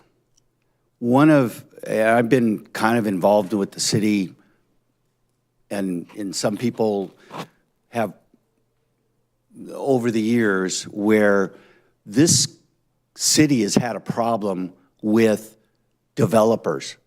This city has been black flagged because of dealing with the city and they build a project, they put it together, they take your rules, they wait until you're done with your rules that took 12 years or whatever it was to complete. They comply with those rules, and then you get people coming up going, well, you know what, this isn't affordable housing. And I defy anybody in the city that wants to sell their house and sell it for half of what it's worth so that you can afford to give it to somebody else. The developer, whoever is owning this, whatever, is paying money. And their job is to try and make some money out of it. And I don't agree with the state because if you build everything vertical and everybody's in apartments and whatever, you're not getting quality residents here. You're getting people that are transient that are hoping someday to be able to buy a house somewhere in Fallon or wherever. But this city, not this council, but previous councils, and maybe relative to the person that spoke before, when people would come before the council with good, clean products, the council members go, yeah, well, you know, I really want this or want that. Then put it into the plan in the beginning so that people don't have to spend tens of thousands of dollars to build a project. And then they bring it to the city. If there's anything that is not in compliance with what you guys just voted for, shame on you. I mean, point it out. But if they're not there, don't make those guys pay for people that may want to move here because affordable. What's affordable? The first house I ever bought was $27,000. Those don't exist anymore. I know bathrooms that cost more than that. Guys, we got to change the way, if you want quality developments, then you got to start working with people. And you can't just foo-foo them every time they come forward and say, well, we can try this and try that. The other thing too is, if I were moving into that with my family, I'd like to have a gate. Because then my kids can play out in the grass area or whatever, and I at least don't have to worry about some homeless guy coming in and driving through and picking up my kids. That's all. Thanks. Thank you. Anyone else wishing to speak to the council at this time? Seeing none, we'll close the public hearing and bring it back to the council. Mayor.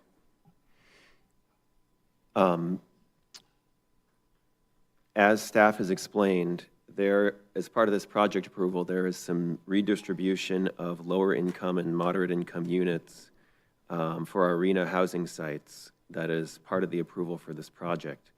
Councilmember Vienna has a conflict of interest on a very small portion of this project approval, which is just 2 of the housing arena sites that are having lower income unit redistributions.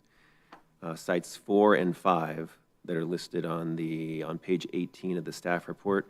This is because Councilmember Vienna owns real property that's within 500 feet of those 2 parcels. So what we have to do because of this conflict of interest is Councilmember Vienna will need to leave the room, and then the City Council will discuss only sites 4 and 5 and the redistribution of units, and then vote on those. And then Councilmember Vienna can come back into the room, and the City Council will consider everything else about the project as a full 5-member council. So he does not have the ability to question the developer at this time? You know, ask any questions of the developer? If the council wants to ask questions of the developer at this time, then that would be appropriate. We just can't get into deliberations. And Councilmember Vienna should not ask any questions about sites 4 and 5 either. So we could do it that way with questions first, but we have to be careful not to get into deliberations. The other way we could do it is we just have Councilmember Vienna step out, consider sites 4 and 5 only, and then Councilmember Vienna can come back in, and then the council can ask questions and deliberate about everything else. What would be you guys' comfort zone? Well, I'm sure our questions are going to be all over the map. It's not going to be confined because there's implications, and my preference would be for Council Member Vienna to be a part of those discussions and those questions. I think we can exercise care in not discussing those particular sites, but I think it'll be very hard to kind of carve that out. Okay. That's perfectly acceptable, but if we do it the first way, and then Councilmember Vienna comes back in, you'll still be able to ask questions about everything. Sure, but then Other if than something sites comes going up and then we do you understand, like, that's where it gets kind of murky, so. I would just, my thought would be, I mean, it's a significant project. Obviously, conflicts can have consequences for votes later. My wish would be maybe to try at least urge council to deal with 4 and 5 specifically. And then, because there's still conversation related to all the other parcels in that discussion. And then after that, I'd love to. Thank you, Ryan. Here's the door. Thank you.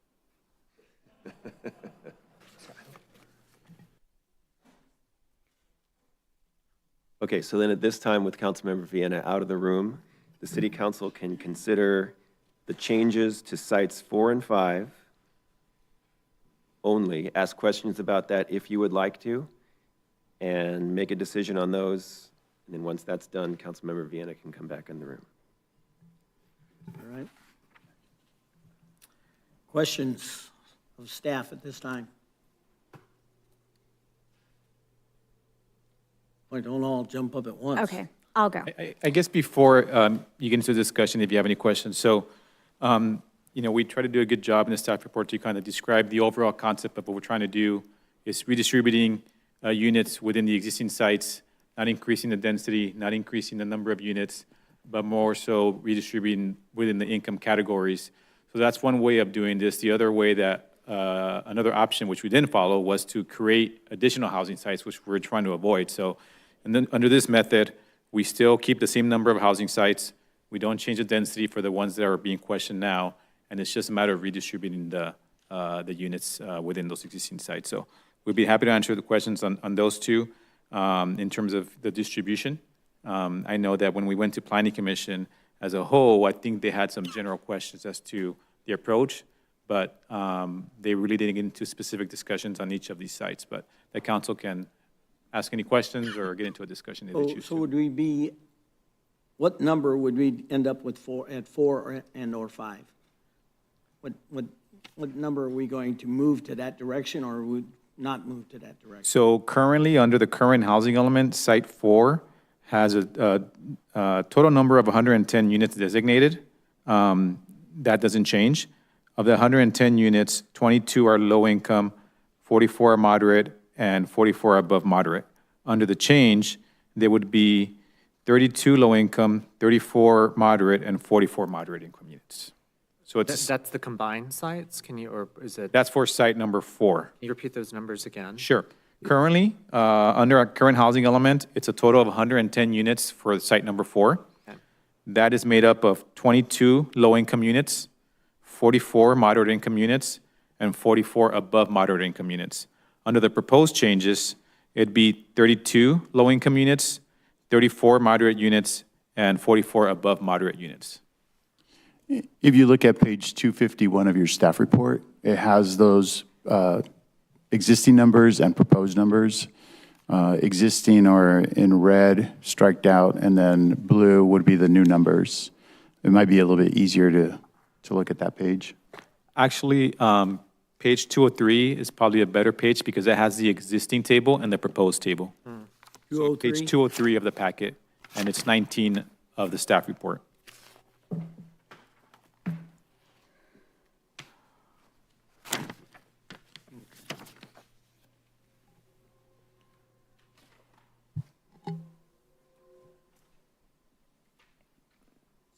And the first two sites, 4 and 5, are the ones that Ryan has a conflict with. So just to be clear, low-income units for Site 4 would increase by 10, and then moderate units for Site 4 would actually decrease, it looks like, by, what is that, By 6, 10? by 10. also? Yeah.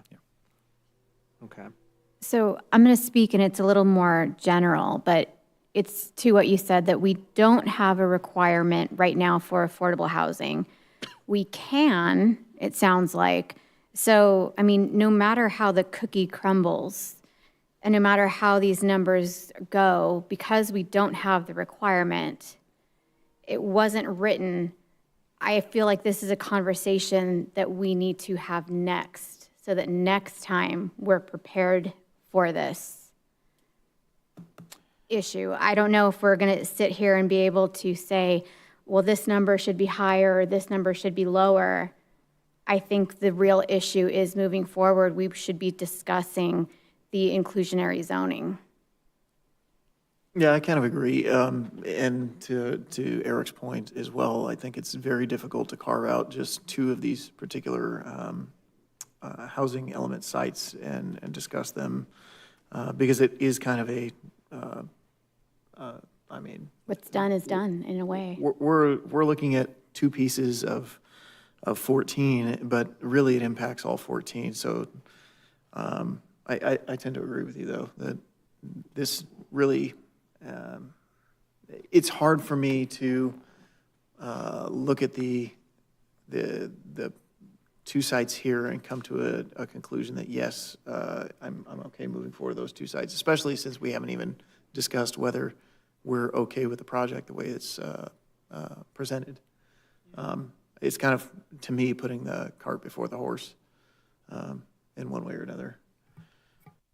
For the public's benefit, could you define what low-income versus moderate-income housing is? I can't remember if it's a dollar range or what. Like Yeah, how so it's a sliding scale, and it's based on the household income for LA County. My understanding is for low income is 80% or below of the AMI of the area median income, and moderate income is up to 120% of the county median. What are the hard numbers based on? It's a sliding scale based on household size. I can look it up, but it ranges per household. So I think the agreement has an example. Give me 1 second. So for example, in LA County, a 4-person household, low income is $110,950. Compare that to a 1-person household, low income is $77,700. So those are what the housing, that's what the housing would go for? Or what? I'm No, sorry, that's the income of the household to be considered low income. I see. And then the purchase price is, you actually back into the purchase price of the affordable unit. It's essentially, you follow state law, it's households should not spend more than 30% of their monthly income on rent or housing costs. So you back into it based on the household's monthly income. So can you give an example for the benefit of the public and those watching at home, what a affordable and low income, or sorry, a moderate income and a low income house might cost? Sure. Just as an example. So as an example, for a 4-person household, moderate income would roughly sell for $377,000. Okay. And What about low income? for low income, it'd be $125,000. That's really fair to the people paying $800,000. And those are numbers, examples based on the current area median incomes. And it changes every year for the counties. And just to highlight, we don't have a requirement about affordable housing. And on the flip side, this developer is choosing to grant us 17 moderate affordable housing homes. I don't think I said that correctly, but you know what I mean, where it could be 0. That is correct. There is no mandate to provide the affordable units. And we did have some discussions with the applicant and understood that, it does require a change to the housing element. And we saw it as a community benefit to provide these units. Yeah. So they're providing 10%. And just an example, cities that do have inclusionary housing ordinances, the percentages range between 10 and 20% that they have to provide. So in this case, they're providing 10%. So, if we had an inclusionary housing ordinance and required, say, 10%, they'd be meeting that minimum In the requirement. range, okay. And clarification on those requirements, is it either or is it usually like broken down? So in other words, 5% low income, 5% moderate, or is it just all together 10%? It all depends on the, however the council or the city establishes that ordinance, so. What's typical? I don't have an answer, but if I had to guess, it's probably a mixture, maybe 50%. And some cities also have, in addition to that, they have like in lieu fees, so it gives the applicants the option to either build a unit or pay a cost per unit, which then in turn the city can use to either build these units or maintain existing units. Okay. we agree that we're not going to be discussing 4 and 5, then Yeah, it I would was be thinking the same thing, I appropriate to think. invite Vienna That's back the in. point I was making, is that- I guess specifically as it relates to 4 and 5, I have one question, and that's, is there any proposed projects on either of those two sites that we foresee in the future? And if there is, do we anticipate them to comply with these new numbers, or is that even an issue? We don't have any applications, nor have we been approached by any individuals seeking to develop these sites. And to answer the second part of the question, so if we received applications and they were market rate, whether it be the current numbers that we have now or these proposed changes, we'd have to either look at to see if we have enough surplus to allow them to move forward without building these affordable units. And if we don't, then we'd have to do another amendment like we're doing now. Now, let's say, I guess in the theoretical, we're tapped out of housing element sites, and we still have affordable housing to build, or that we're required to build. And it comes down to one site, and a developer wants to build on that site. Are they then handcuffed to the affordability on that remaining site, or how does that work? No, there wouldn't be a requirement again because there is no mandate. At that point, we as a city would have to identify a new housing site to put those units on. Okay. And again, it's a plan, it's something that the state requires cities to do, and cities knew that going into this cycle that we'd have to go through these sort of amendments. And again, the city's responsibility is just to zone for these sites. It's not a mandate to build. We can complete the current cycle in 2029 and not complete our arena units, and we won't be penalized. We did our part, we zoned for these sites. The only thing is that for the current next housing element, we wouldn't be able to use these same sites for future housing sites. Let me understand that the builder, the developer is offering 10%, okay? And there's a scope between 10 and 20%, okay? Could we as a city ask to go to 15? And, could we do that? Would that be a problem? I'm not saying the developer's going to want to do it, but I'm just saying, could we go to that thing and say, we're trying to get into the middle of this and trying to get going here? I'll answer your question and I'll let Jeff chime in case I missed anything or got anything wrong. But my understanding is the city council can ask for that. You're considering a discretionary action as part of the housing element amendment. So I would think that that's on the table for the council to ask for. Yes, that's correct. Thank you. In addition to the housing element amendment, there's also the density in the general plan that's required, that needs to be amended for the project to be approved, right? So that's a discretionary action. Are there any other questions about 4 or 5? Because I'd prefer council. Yeah, so I guess the other issue is that, do we need to make a decision on 4 and 5 as to whether we're okay with those numbers right now so that he can come back in the room? Yes, you need to take a vote on 4 and 5, and then the Councilmember Vienna can come back in and you can consider everything else. Now, theoretically, let's just say that we say that we're fine with those numbers on 4 and 5. He comes back in the room, we have a discussion about this project, and for whatever reason, I'm not saying it's going to be the case, we're not in a consensus to move this project forward. Then what happens with that decision? Are we going to have to then revisit sites 4 and 5 and rediscuss that? We would then be bringing a resolution back to the city council at the next meeting to make the change just to sites 4 and 5, and the rest of the project would just go away. To revert them back to what they were initially. Okay. So our conversation would be moving to proposed site, those numbers of 35 to 45, 32, 34, and 44. Is that what we're talking about?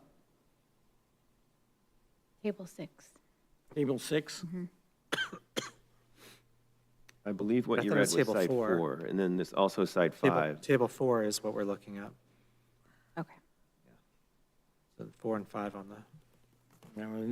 Isn't that 6 too? Yeah, the next page, it's the same. just It's the same, yeah. different. Yeah. Okay. Well, at least for the purpose of this discussion, I would be comfortable moving that we move forward with the numbers as proposed on sites 4 and 5. Yeah, I think there's just too many hypotheticals for us to not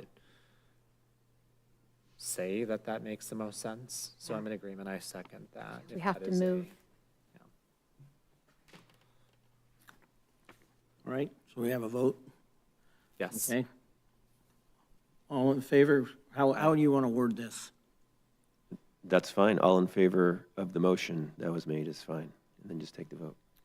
All in favor of moving to 4 and 5 to the proposed numbers of, that are in table 4?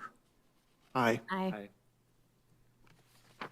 Okay, so that decision is made by 4-0 vote, and Councilmember Vienna can return now to discuss all of the rest of the approvals that are needed.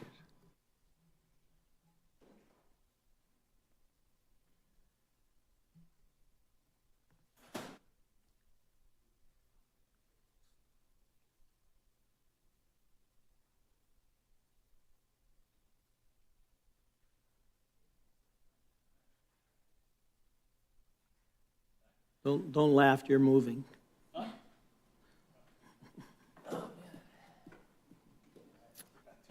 All right, we just handled 4 and 5. Now we're going to move on to the rest of the wash, I guess.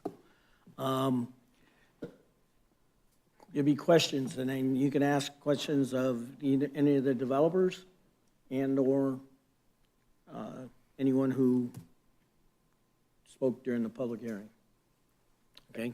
I guess question just procedurally, is everything on the table now, or are we talking about the remainder of the housing element sites?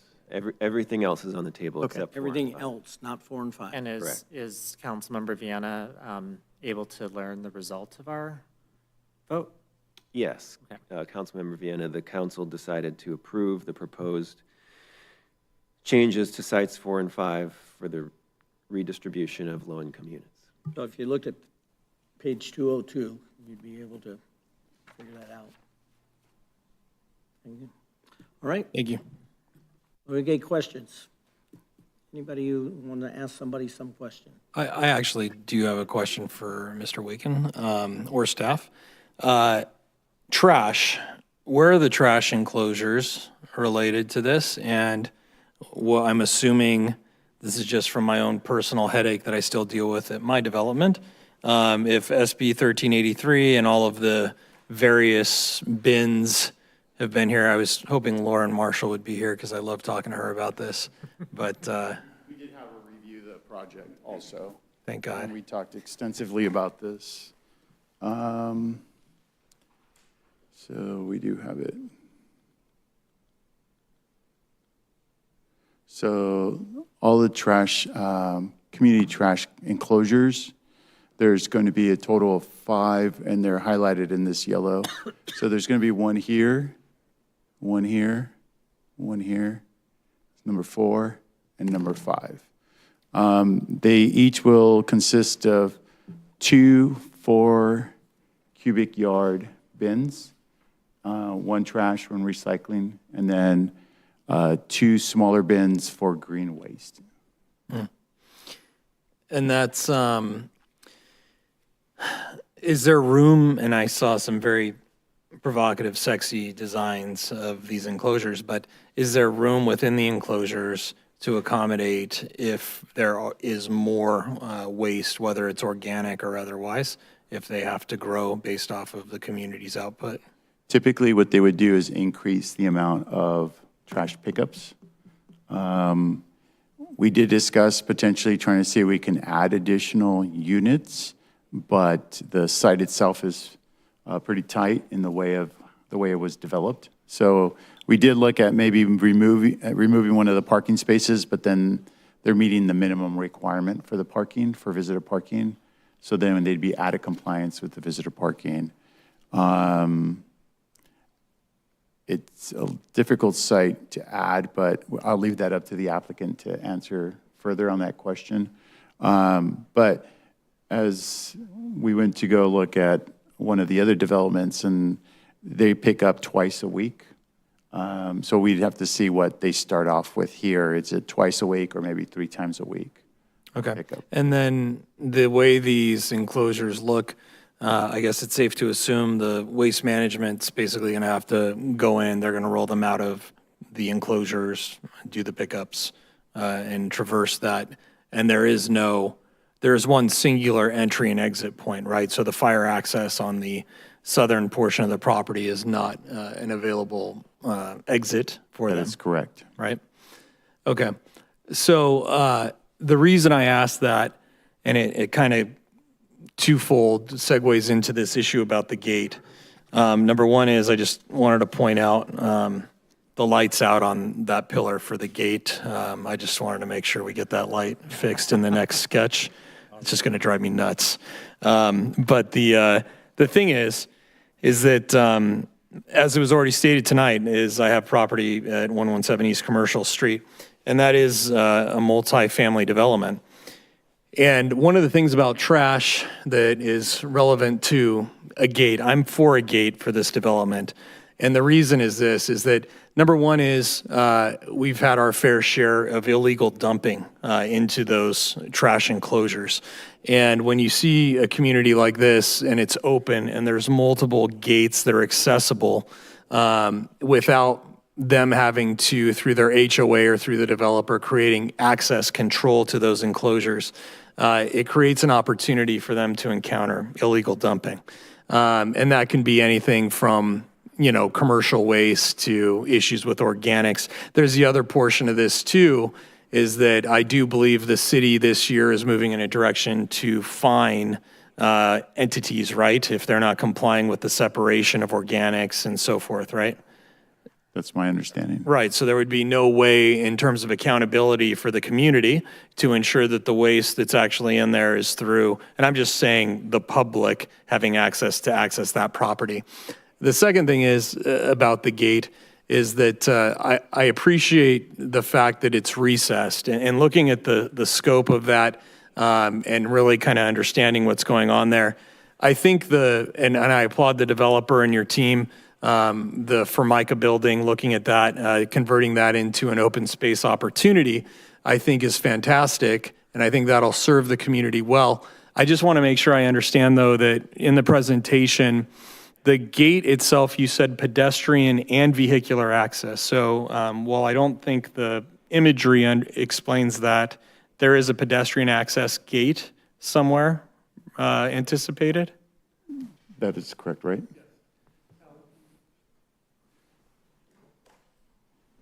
I think there's one here. Is that correct? Good evening, Council. This is Peter Duarte with Studio Pad Landscape Architecture, the landscape architect on the project. Marcos, if you just go, it's right between the two turf panels.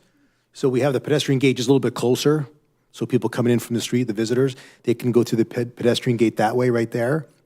But the cars would travel a little further and then go through the vehicular gates further down, right? So am I correct to understand the way it reads in one of your details is that that area would be the area that would be otherwise outlined in your plan for cornhole or whatever, that's going to be within the restricted access area for the community use, right? Correct. That would be the HOA use inside the wall and the gate, but there's that much larger area just north of that that's completely open to the public. Yeah, no, and I appreciate that, and this goes to the next point regarding the gate and the security of this community is, number one is, and we've talked about it in the past, but Prop 47, Prop 57, now voters put Prop 36 in place, looking at public safety, accountability, and measures.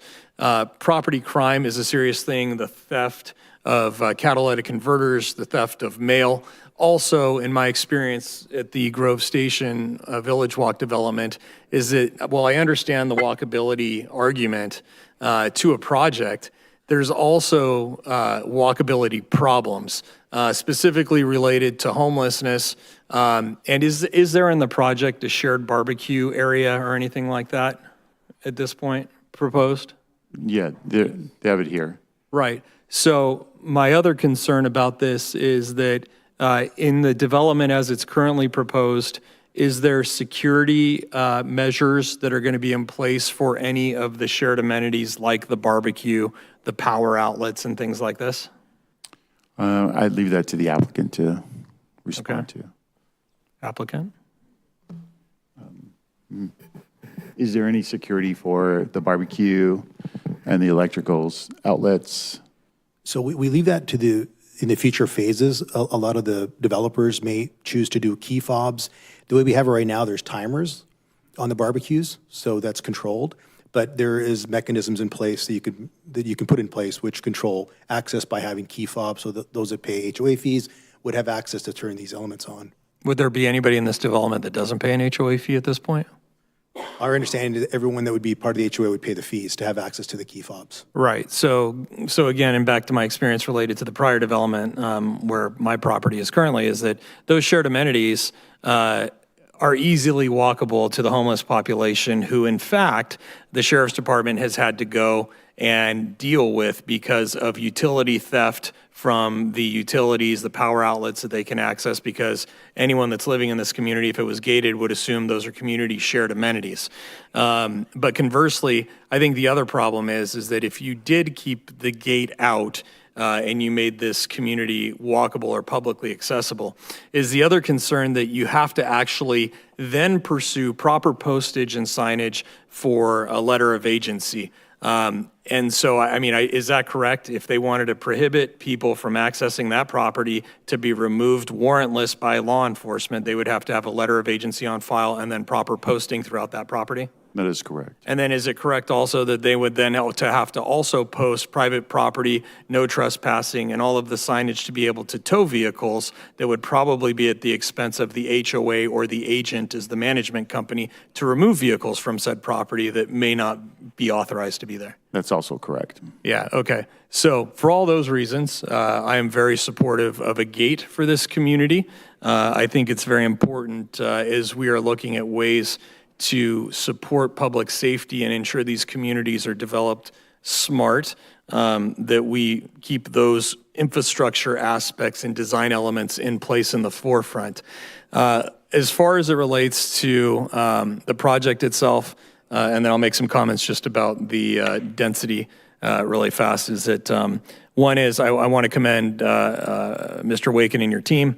I think this project's very thoughtful. I think I understand the concerns regarding affordability. I think there is some affordability, the moderate category that has been addressed in this.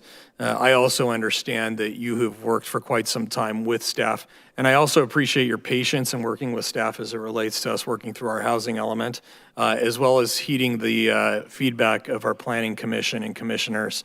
I think that this project demonstrates a lot of thoughtful elements to it. I think that I don't view the display of the alternative project as threatening or otherwise. I think that it's important for the public to see what a project could be. And I think that from my perspective, as you outlined, and I appreciate the way you framed the legislation, is that density bonuses and the law today does allow you and your team and any developer really, to build what's there by right and be able to do what you think you want to do if it was only about profitability and for maximizing what you could put on that property.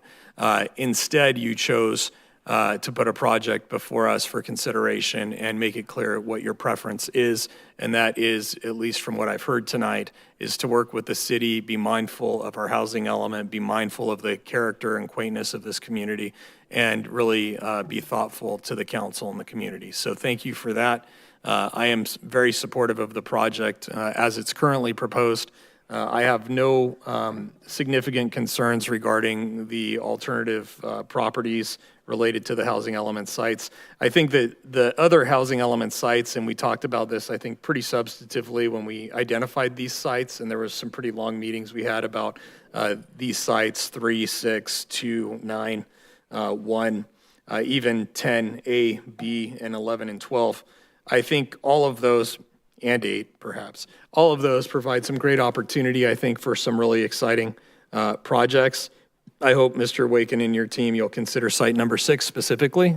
There's a lot of opportunity there, I think, to do something pretty amazing or maybe reconcile a hope of something that's not in the too distant past. But nevertheless, I think it is developers like you and your team that really help bring quality projects. And I'm glad that for having the biggest project in some time, that you're the person and the team that proposed it. Thank you. Thank you. I absolutely agree with what Councilmember Viena said. I think the proverbial gun that we have to our head is not, in fact, from the developer, it's from the state. And it's important, like you said, that members of the community understand that and that they know exactly what these new housing laws that strip local control and they really are, they have the ability to build a very one-size-fits-all project in our community where it clearly, if you look at the rendering, it's just not something that fits in our community. But this project absolutely does fit in our community, and it's what our community is looking for. I truly am on the same page with you when you say that a project like this will bring families in, and that's what we're looking to do, is bring more families and welcome more families into our community. So thank you very much for working with our staff and respecting our community and bringing a quality project forward, because we really do appreciate that. The other part that I suppose you're probably very interested in is a gate, which for the same reasons, plus just the fact, as Mr. Jones said, if I was moving into a community like this, I'd probably want a gate too, not only for security, but for just peace of mind. So I'm absolutely in favor of a gate and the project as a whole. Thank you. Anyone else? Yes, I have actually several questions, if I may. So I think the first question I have is, Mr. Wake, and I also just wanted to compliment you on the thoughtfulness of your design. I could tell that your team really thought about the community you're trying to build, and I was very impressed by the renderings of the architecture. So well done, and thank you for thinking about what kind of housing development would fit in our city. It's very evident you did your homework. So my questions are going to be a mix to both staff as well as to you, Mr. Waken, and your team. The first question I have is what is the expected price range of the units that are not, well, I guess both the units that are moderate as well as those that are market rate? Yeah, yes, if you can, thank you. Lewis pointed out the moderate pricing in the 370s. Okay, so be about 370. And the market rates around 700,000. Okay. So then this brings the question to staff, and I think that there's like it's very complicated with how we're navigating these regulations from the state. But the first question I have is, do we realistically think that if we're going to continue to reallocate these low-income housing, that we'll ever find sites where we'll be able to build dozens upon dozens of homes that would sell for, I think the price that you gave would be, it'd have to be about $125,000. I do think that former Councilmember Ebner's concerns about if we keep moving them around, eventually we're not going to have sites that can accommodate the number of low-income houses that we need. And as I understand from you, if that should happen, we would then have to start looking at sites outside of the downtown specific plan. And the reason why I have concerns about that is when we talked about it, and I came at the tail end of that, the strategy and the discussions were that the most appropriate place to have these high-density homes that would sell for around $125,000 would be in the downtown core, because you could have higher density there, and it wouldn't make sense to have those types of houses in places like Villa Verde or the foothills or other places. So I just kind of wondered, as you're looking at reallocating, what's the likelihood that we will have to start looking at additional sites outside of the downtown specific plan to accommodate that? Sure. To be quite frankly honest, I think realistically, if additional housing sites do come before us for development, it's more likely that there'll be market rate projects. And if the deficit of low-income units is not covered by the surplus that the proposed amendment will increase, then we will have to reallocate these units to existing sites. So as long as we have sites to reallocate, we can continue doing these amendments. In the event that I don't foresee all these sites to get developed during this next 3 years, to be honest with you. But in the event that they all got developed, then at that point is when we would have to identify new housing sites. Right, which would likely be outside of the downtown core, I'm guessing. I mean, I think that there are some sites that we ultimately ended up not including in the housing element that are still within the downtown area adjacent to. So I think there are some sites. I don't believe that we'll get there. I believe that a lot of these sites do require a lot of assembly, land assemblage. This requires significant redevelopment of these sites. So while potentially the likelihood is there, but they probably won't all get developed.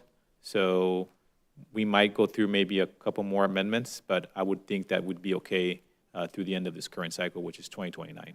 I just, one question on that before you move on, is there's an assumption, though, that the capacity for that is going to be built out through the zoning, but is it not true that these lot splits and these homes that are being built outside of what we've put in can also count towards that inventory? They will count towards the arena numbers for sure, but those would be market rate or above moderate. Right, so there's like these infill projects that are happening, private, small lot turnovers? Yes. Okay, thank you. And we only also have one other project in these sites, so that would make maybe 2 of these sites, but they're half sites being developed in the next year or 2. But, like Louis said, this ends in 2029, and then we start the new cycle over again. And we started before then, so we probably started in 2028, 2027. So in just 2 or 3 years, we're already going to be discussing where are we doing the new sites. So we don't see, I think if we were developing half these sites already and we haven't developed any low income, then I think there's a concern, but there's not a concern yet with Yeah, I'm just kind of looking and seeing the reaction from the state to cities when we're not building these types of homes. And we just had a conversation around the recent bill where the legislature basically said, we're going to now do a one-size-fits-all because they're not being built in these cities. And so I would envision that if we look at the trajectory, the fewer low-income sites that we actually are building, not necessarily accounting for in our planning, we'll start to see more drastic actions from the state taking away local control. So that's on the back of my mind as I'm thinking about balancing. I totally get your point of view that, well, we zone for it. That's all we're on the hook for. But that doesn't mean that the state legislature could change direction and start doing other things that could transform the city that we had in mind and that we envisioned. Another question I had is just a point of clarification. By approving these changes today, does that mean that we approve the design of the project as currently proposed, or is it merely just we're on board with the number of housing they're proposing, and the design could shift here and there depending on? We're approving the architecture of it. As you might remember, we no longer have a development plan review board. The Planning Commission, this was their first project to review for the architecture, site layout, landscaping, design, all the architectural elements of it. So this would be the project that they would be developing. Okay, so what I'm really getting at is there was discussion earlier that if we were to ask the developer to include, say, a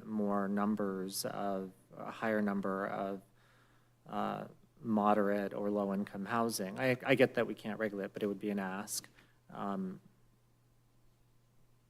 That couldn't be considered once we approved it, or could they do it on the back end? If that's something that the council would like to pursue, I'd recommend that you make that part of your discussion and it be included as part of today's approval. Okay, got it. Thank you. So it sounds like then that would be the ask.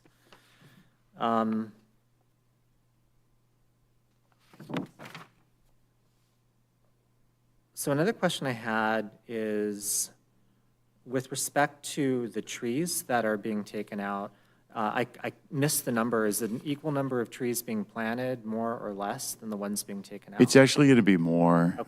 They're meeting the minimum requirement, and they're meeting the requirement of 24-inch box. The tree ordinance currently says 15-gallon. The downtown specific plan says 24-inch box, so a larger size tree. But they are planting other additional trees that wouldn't be considered replacement trees. I think there are an additional 84 trees, like Italian cypress, palm trees, some other accent trees. So it's a large quantity of landscaping that they're putting Those on this trees are project. native, and I know that we've had a lot of discussions about the impact eucalyptus has had on the community. Those trees will work well in our community and not stress the environment or cause other types of. They will also be reviewed during our plan check process. Our landscape consultants will also review the tree palette.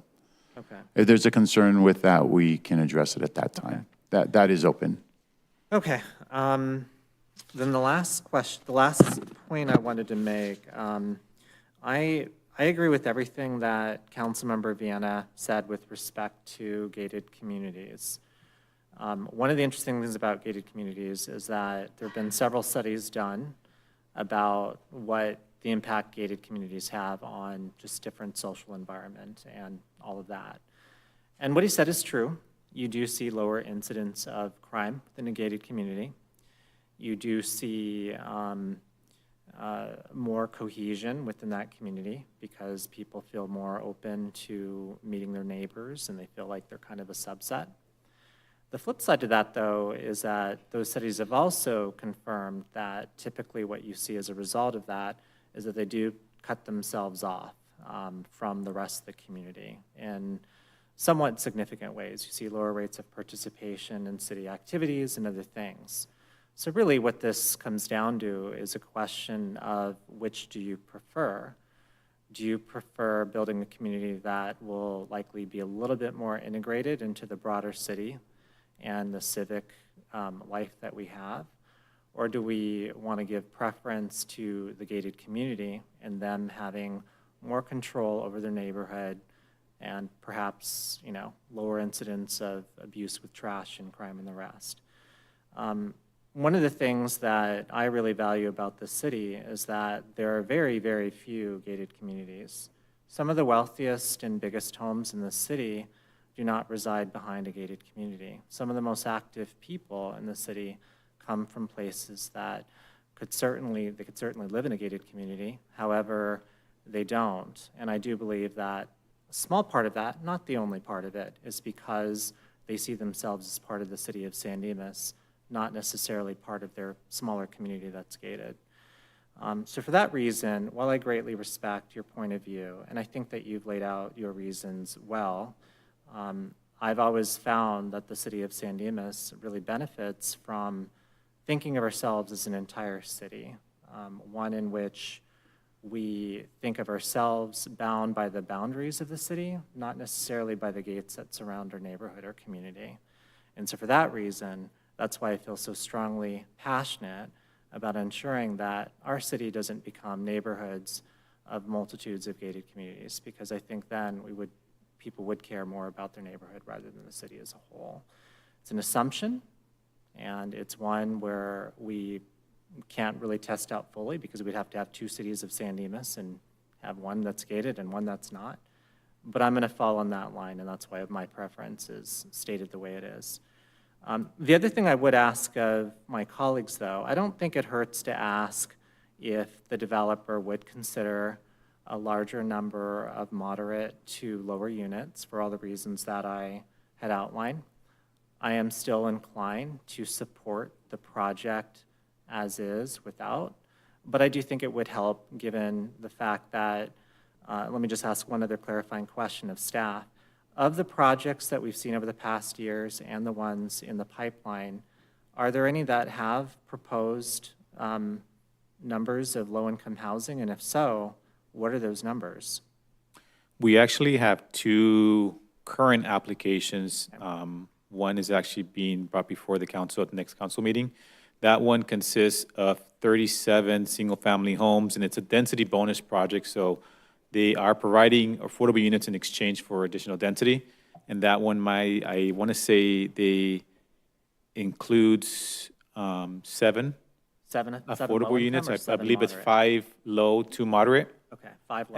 And then we have another one in the downtown that's proposing 58 units. Okay. That's also a density bonus project. So they're providing affordable units in exchange for additional density and certain waivers. And that one is providing,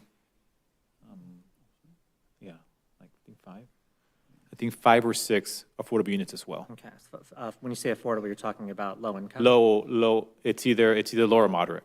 So about 10 or 11 total over the past few years, counting toward our 600. Yes. Okay.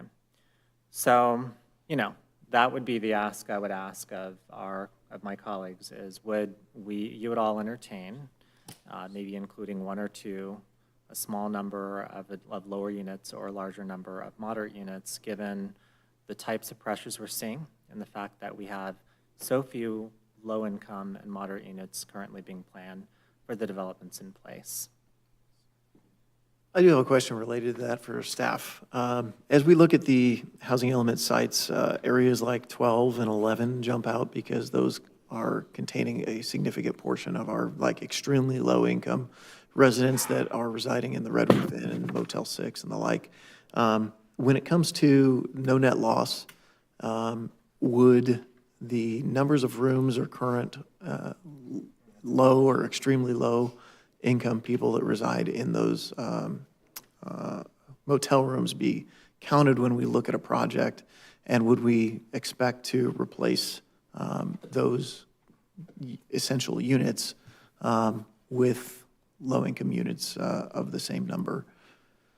So if I understand your question, now you're asking if we were to redevelop, for example, the Red Roof housing site, would we have to replace the units in Red Roof Inn? I guess the answer, I suppose, based on our conversation earlier, is we don't have to. But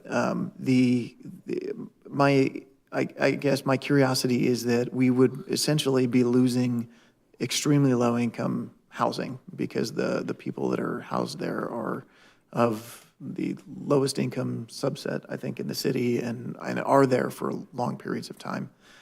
Those do become their residences, and I've seen several times where people actually have on their driver's license as their motel room address and number on there. And in that regard, could we maybe exert a little more leverage on those particular sites with a developer that were to come along and be interested in those sites to say, hey, look, we're a little more firm on the numbers of low and extremely low income units in these sites? So I think in that example, so one, it's multiple parts of your question. So correct, there is no mandate to build low-income units. The second part, even though the people may reside there and have the extremely low rents, they are not recognized as affordable units by the city because there's no covenant or deed restrictions. So a lot of times when developments come in, you can't remove affordable units. You have to replace them. In this case, because they are not recognized as affordable units, we wouldn't be able to require that. But if there's discretionary actions involved in those projects, we can certainly ask. Because when it comes to a discretionary action, the council doesn't have to approve it. So there might be that ability to ask. These sites, because of the location and because of their of where they're at, we felt that they can sustain higher density and not impact adjacent single-family neighborhoods. So we felt that those, even though they have commercial sites, it'd be great sites for mixed-use developments. Yeah, I appreciate the response, and that makes sense. And I do agree that especially Site 12 would be more suitable for the higher density type of project for sure. I just want to say, just as it relates to the site elements, the housing element site plan, I just would remind council there was a substantive discussion on whether or not Site 13 should or should not be included in the site considerations, and where we cut off what we consider to be downtown. And this development, and I know because I was on the other side of this discussion, that I personally don't view the applicant's site as part of the downtown. And that's just because by the time we get past the sheriff's station and the fire station, everything going to the east is residential. And so, you know, I understand as we're talking about that, and when the council discussed this at length as it relates to the housing element, that there was discussion about what we envisioned the future to be along Bonita, and Site 13 specifically was not, there was kind of a mixed feeling on the council on whether or not to rope this in or not. So I say that to say that, you know, when we're talking about what the project is before us now, to my colleague, Councilmember Nakano, I will say this, we can always ask. I am not in favor of regulating it or a It would be an ask. Okay, and to that end, I'm very much comfortable with the moderate income requirement that currently is in place and proposed by the developer. I think that that's fair to what's going on economically in that area, going to the east. I also think that the economics of the project as it relates to the single-family homes that are in the area and the comps play into that for me. Because when you're looking at what's going on in that area adjacent to it, I think the development itself is high quality. And I also think that the moderate income requirement, when we think about what are the jobs that some of the moderate income qualified people may be doing, I think that they're jobs that, you know, not only, and I commend the project on this, is that each one of these homes has a 2-car garage. And not a tandem garage, by the way, which is very important. But each one of these has a 2-car garage. And I don't think it's unrealistic to think that some of these people, because they will be here for some time, whether they are working professionals, whether they're in public service, they may be using the train, they may not. But I think that plays into when you look at like the low, and all of that. From my perspective, I'd like to see that higher density closer to mass transportation. And so for that reason, I mean, I'm not, it's not a deal breaker for me because I'd like that. I don't disagree with anything you've said. So remember, like I actually agree that whether or not 13 is part of downtown or not is kind of immaterial. The point that I was making is that the more and more you kind of shuffle off these houses, if you have to build 600 homes that are around 15,000, you start looking at places which, in my mind, are very unsuitable for that. Yeah. Right? You start really looking outside of the Bonita Court, and you start looking at the north and the south, and then that's when things can get complicated. Yeah. And then if there are additional state laws that prevent us from being able to envision something, you can see where I'm going with that. So that's why I don't necessarily take issue with your characterization of 13, whether it's downtown or not. My point is if we do want to see a higher number of homes that are selling for 113,000, more homes that are selling for, what was the other number? I can't remember. And we are not, 700, we're not able to meet it here, then you could start seeing unintended consequences of that. Yeah, I would just point out that nothing says we have to build it. It's we have to plan. Right, but then you start seeing then the legislature's looking, right? And I know San Dimas can't solve it on its own, but you start seeing them saying, okay, nothing's happening, so let's try a more drastic solution. And that's the point I was making there. I think we're on the same page. We're just looking at the potential consequences and weighing out what this decision could have on the future. I look at Councilmember Bertakos, and I recognize that she has not spoken, and I've monopolized quite a bit of time. It's my turn to talk about the gate. I'll defer. It's my turn. Okay. First of all, this project, I think one word that really encapsulates it is thoughtful. And thank you very much for that. It took a lot of time. It took a lot of time from staff, and thank you so much. Once it got to planning, once it got to the Planning Commission, once it got to us, it's fully thought out, and we really, really appreciate that. Now I'm going to talk about the gate. I would prefer no gate, and I will tell you my reasons why. I think gates, well, first of all, if anyone doesn't know, I am a realtor, so I see a lot of gates in my day-to-day business. I go to a lot of cities, and it's like islands of gated communities.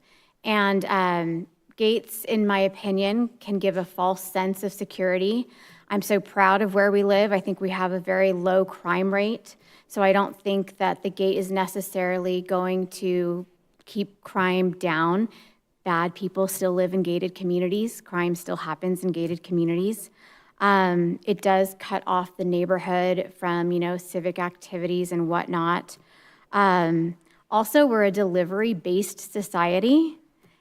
Amazon deliveries can get quite complicated in gated communities, and that gets to gate codes being passed out like candy, and the gates become less supervised. So I just see gates as not serving the purpose that they may have been intended to serve.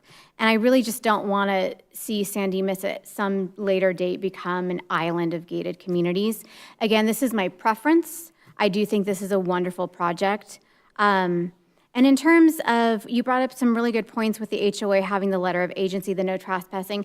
I would highly encourage those things to happen anyways, because somebody still can get across that gate and you still want to have those protections. So I think those things should happen regardless. Another thing people will say about gates is that it will increase property value. Look around. I don't think we have a problem with property value. I don't think the gate is going to really increase or decrease it by very much. And then, there was a comment made about we're all San Dimas, we're not neighborhoods. We went into districts, and I think everyone up here, we fight that we are not just about our own districts. We always talk about we are all San Dimas, and each one of us, we work for all of San Dimas. And so that concept comes to mind too. And that's why I am pro no gate, but I am pro this project. I think it's a wonderful project. So just to be direct and not talk in circles to get things done, support of approving this with the condition of no gate. I do think the responsibility of regulating the affordable housing is ours, and I don't think that making the ask right now is appropriate, because that's something I think that we should have already done and made the regulation earlier. So if it's something that we have a desire, then that's something that we need to discuss at a later time. I just don't think it's a fair thing to do right now. So that's where I stand at the moment. Thank you. Mayor, I just wanted to add a comment to that because you triggered a thought in my head. I don't know, I might be the only council member that sits on an HOA board, but I would offer this to you, is that there's a real cost of liability to the association for incidents that occur on their property. And so all of that property becomes common property of the association. So the project where my condo is that the city approved is in fact open, and therefore members of the public traverse that property. Any claims that would arise from a trip, a fall, a maintenance issue is a claim against that association. I don't think it's fair to the residents that we're considering to move into this place to have them assume those liabilities, because one is there was somebody here on the 2026 committee that lives in a gated community. I don't see them any less engaged than anyone, in fact, more engaged, I think. And there's plenty of people that live in this city that I think are equally as engaged and are not disassociated. I will tell you, a gated community is a pain if you're campaigning and trying to go into a gated community for re-election. But nevertheless, that's not a reason to not support a gate. But I offer that for thought, is that, if you're someone who eventually will be considering that, the public, the city we are not going to maintain those roads. We're not going to maintain the landscape. We're not going to protect their utilities. We're not going to fund their reserves. And the idea of a letter of agency is great, but the sheriff's department will tell you, staff will tell you, there are posting requirements for the signage to be able to enforce a letter of agency related to trespassing. And those postings have to happen So your project that looks like a very nice quality project very quickly starts looking like the projects because you've got signs almost every place that is walkable to be able to meet the legal requirement for trespassing. So I just wanted to offer that for thought. Not trying to sway anybody here, but I think those are real things that have to be considered because those are real actual costs to the association that later on will emerge there. And as a community, they are then going to try to wrestle with these ideas and how to mitigate any of the problems that we may or may not consider addressing tonight. Thanks. On that note, I'll just say that in my professional work, I have a lot of coverage of outdoor communal spaces that have barbecues and couches and furniture and things like that. And it really is a problem for transients to wander in and utilize those amenities that, in my experience, they've been in commercial areas where you have office buildings and a communal barbecue outside, and people charge their phones or take up residence there.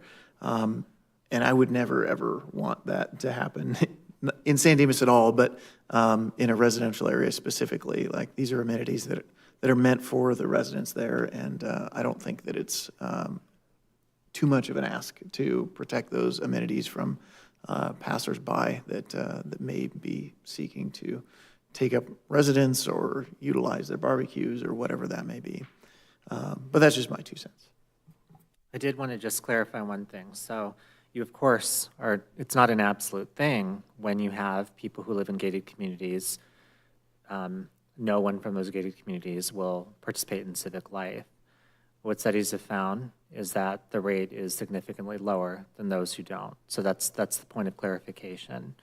I would fully expect there'll be some members in that community, if it is gated, to participate. But if the studies, and there's multiple ones, I have 3 of them pulled up, hold, the rate will be less than other neighborhoods that are not. And that's really the question at hand. I guess going back to our study session earlier, do those communities mail out their magazines?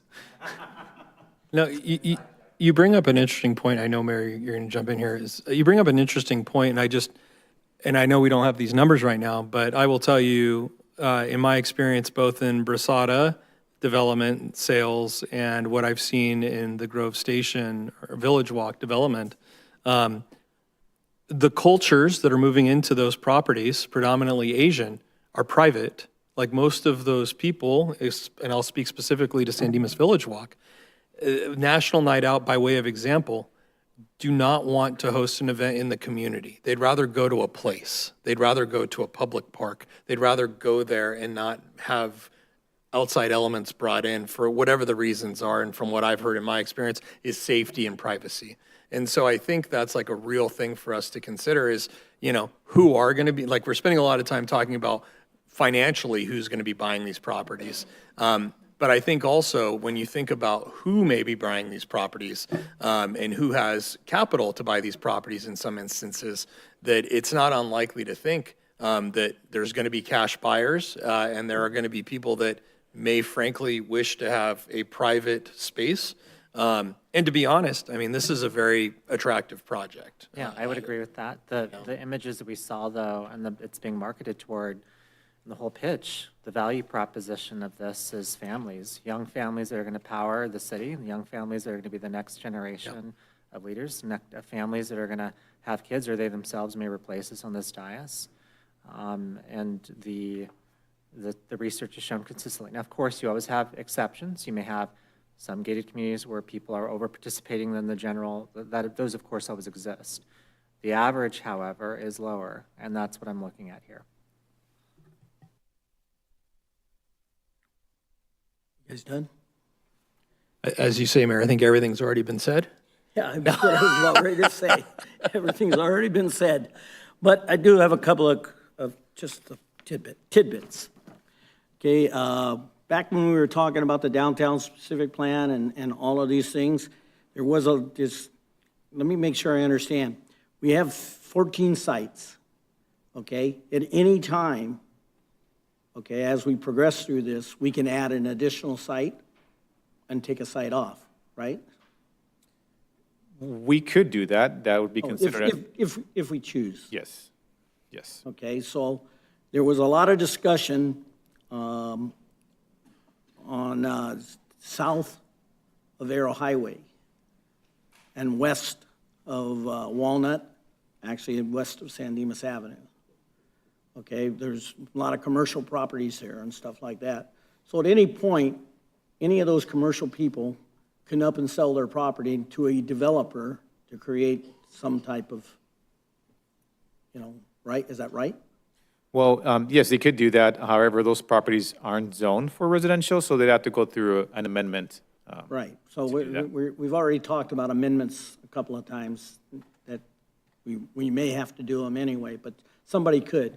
Do we have any properties right now where people are trying to build a project, other than the one over there across the street from San Dimas High School, okay, that aren't one of these properties here, one of these 14? No, so the only current applications we have are the one you mentioned across from San Dimas High School, and the other application is actually in downtown. It's the site next to the bowling alley. Right, okay. Would be the only two current applications we have. Okay, when we go back to talking about, just a question. When I was at the Planning Commission meeting, there was a lot of discussion on gates. When I say a lot, somebody brought it up, there was discussion. One of the comments was from one of the planning commissioners was, I like the look of the gate, and I would have really not any major problem if they put the gate in and they left it open all day. Okay? So now I could say, well, why would we put a gate in other than a beauty factor? So I started thinking about that. But I'm just not sure. Now, we do have a gated community off of Lone Hill, and I could defy anybody to know anybody that lives up there. Right? I can't imagine anybody knows anybody that lives up in that area, a town. So that kind of in itself concerns me about gated communities, because I think I made it pretty clear. When I was on the Planning Commission a day or two ago, I was very much against gates. I didn't like it, I didn't want it, and it's the same reason that Mr. Nakano said. It felt like it separated us, and that's what it does. It did in that particular case. But that was 20 years ago, and crime has gone up, in case anybody hadn't figured it out. Homelessness is something that we all need to be aware of. And what does homelessness do? It brings people trying to live. They're trying to live wherever they can make it work. This project is going to be, and I know we've already talked about they're going to have key fobs and all this stuff to start, to get to the barbecues and the electrical stuff and all of this other, and the trash bins and everything like that. But there's a reason why the city of San Dimas turns off the electricity at the stage area, the community park stage area, and it's because of homelessness, okay? Because people, the minute we leave it on, somebody's going to come on, they're going to plug in their stuff, and there's going to be some more problems. And when Ryan talks about liability, the liability is still there, and it seems like it'd be very difficult to for us to sit back and assess liability on a community, especially when they're just starting. It seems really hard to me. So I think when I spoke to people, I'm pretty much against the gates. But after listening to certain things that have been said today, it just renews certain things in my mind that I'm concerned about. So I don't like the gate. But I think in today's world, the gate in a community like that, or in a community like this is not going to be the only project that comes, I guarantee you, that comes in the next 10 years, or next 3 years, or 4 years, that people aren't going to want gates. They're going to want it. So now we have a gate here and a gate there. I think the community is growing, and I think we have to be aware that, you know, personal safety, our family safety, and anything has to be, you have to pull every tool you possibly can. And this is a tool that, although I may not like it, and let me make it clear, I don't like it. But I also believe that our communities need to do everything they can possibly do to make our residents safe, okay? And whether we want to believe it or not, these 167 townhomes, once they're built, once people move into it, they are our residents. It's not the other 34,000 people that live here. They're all residents. But we got to start somewhere on trying to make it safe. And so I do want to make sure that we do keep an open mind on the Arrow Highway issue, because there are going to be people looking at those facilities or looking at those places. I guarantee you that, you know, as this stock dwindles down, they're going to start looking at other places.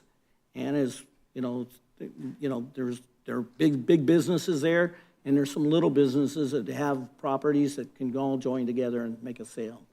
So I'm going to vote in favor of the gate. I'm not happy with that decision, but I think it's the safest for our community. And then I'm going to ask another question. If I voted against the gate, okay, if I voted against the gate, and 2 years from now, I'll assume that maybe I'm going to be here, not here, whatever, but 2 years from now, if those residents in their homeowners association decided that, hey, this is not safe for us, and could they come, something funny? They can come. Yeah, that's what I want to know. Can they come It's a staff level review at this point, so we have the ability to bump it up. We would bump it up to either planning commission or city council, and you'd be right back where you are right now. Yeah, well, I understand that. Or you approve the project with the condition that no gate be installed now or in the future. And at that point, there is no discussion about it. Okay, well, I got to tell you that I'm not going that direction. So that means if there was no gate now, but in the future, there was a necessity for a gate could be installed later. They can request it. However, based on today's decision, like if you say no gate, and they come back 2 years later and they want a gate, we're going to say, this was reviewed at this meeting, this is what happened. You can look at the video, X, Y, and Z, see who's on council, and say, more than likely, if it was the same council, we'd recommend denial based on. What I would just add to that, for context, someone who is watching that video 2 years from now, we're talking about hypothetical residents that do not live there, that do not own property, that are not facing problems. So if in fact there was no gate today, and the residents came and said, we want a gate for these reasons, I would be inclined to support that effort. I think it's interesting hearing this, because I know a community I happen to own property in that wants a gate because of the exact issues that the council, not this council, but council then voted on. And today they're dealing with parking impaction, they're dealing with walkability issues related to homelessness, utility theft, and all that. I think the use case before us, and as the mayor kind of outlined, exists. I hope that if that development did in fact bring a proposal before the council, that this council would consider it, because I think that we know, the impact of some of this stuff. And I think it's easier to approve it as it's proposed currently with the gate, and then if in the CCNRs, provide the opportunity if the association wanted to come to the city and request to remove it because they feel it's, not welcoming or inhibiting or whatever the case may be, then I would ask that, staff brings that back up to council, and, I think the council takes it up. It could work both ways. They could come and say, because let's be honest, as many gates as people are going to be coming in. There's going to be how many trips in and out of this gates? Do we have any idea?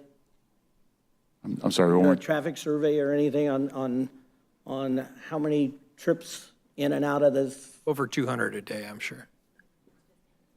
Yeah, that's Does Amazon. anybody? Sir? The applicant can provide some clarity on that. Good evening, Justin Tucker, RK Engineering, traffic engineer for the project. Are you a gate expert? You know, unfortunately, it is often discussion in the office. The question was how many trips go in and out of the site. In the AM peak hour, 20 inbound. PM peak hour, 55 inbound. Daily, it's roughly 600. So the gate will be open most of the time. Yeah. Yeah. Like the Gold Line arms down most of the time. Because I have a strong feeling people are going to get tired of pushing them buttons and fixing the gates. But for safety wise, I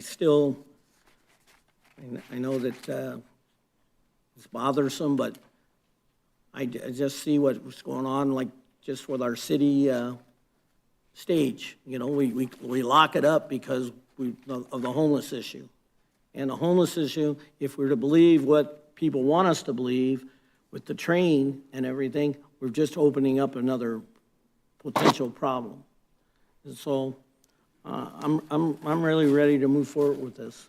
I would move approval of Resolution 2025-52, inclusive, and Jeff, as recommended, inclusive, do I even have to mention the? You don't have to mention your conflict because it's a general plan amendment, so Perfect. you can vote on the whole resolution. All right, so as proposed. And I think, does Deborah need to read it or no? It's a really long paragraph, maybe we could read it? It's just a resolution. All right, If I can make a comment before a second is made. So it sounds like the project's being moved forward as proposed, which includes the gate. For staff's benefit and clarity, would the council want us staff to bring back a future request to remove the gate to the council? That's not in the motion.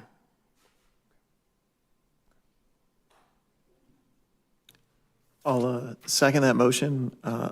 Also, I would move that we include the light bulb that's burnt out on the gate. That's a good point. Friendly amendment, I accept that. Mr. Waken, if your team can address that light bulb in the sketch, please.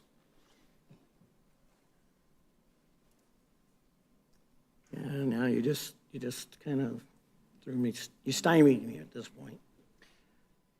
It's been pointed out to me, why would we there's bring another back light needed over here too. Why would we bring back a substitute amendment or another amendment to bring forward to remove the gate at this time?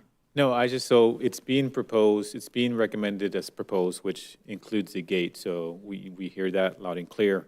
I just want to make sure that if in the future, say 2 years after the project's built, and they, for whatever reason, maintenance or whatever reason, they want to come forward and ask staff to remove the gate, typically that would be a staff level review, and they would make the decision at staff level. If the council feels adamant about the gate staying, that's why I asked the question. Would the council want to see any changes to the gates if it's requested in the future? Yeah, I think the comments tonight and the discussion, I would just ask that staff is mindful of the fact that the council collectively has an interest on both sides of that equation. So any change to that, I think the intent of the motion as understood is the project's moving forward as proposed.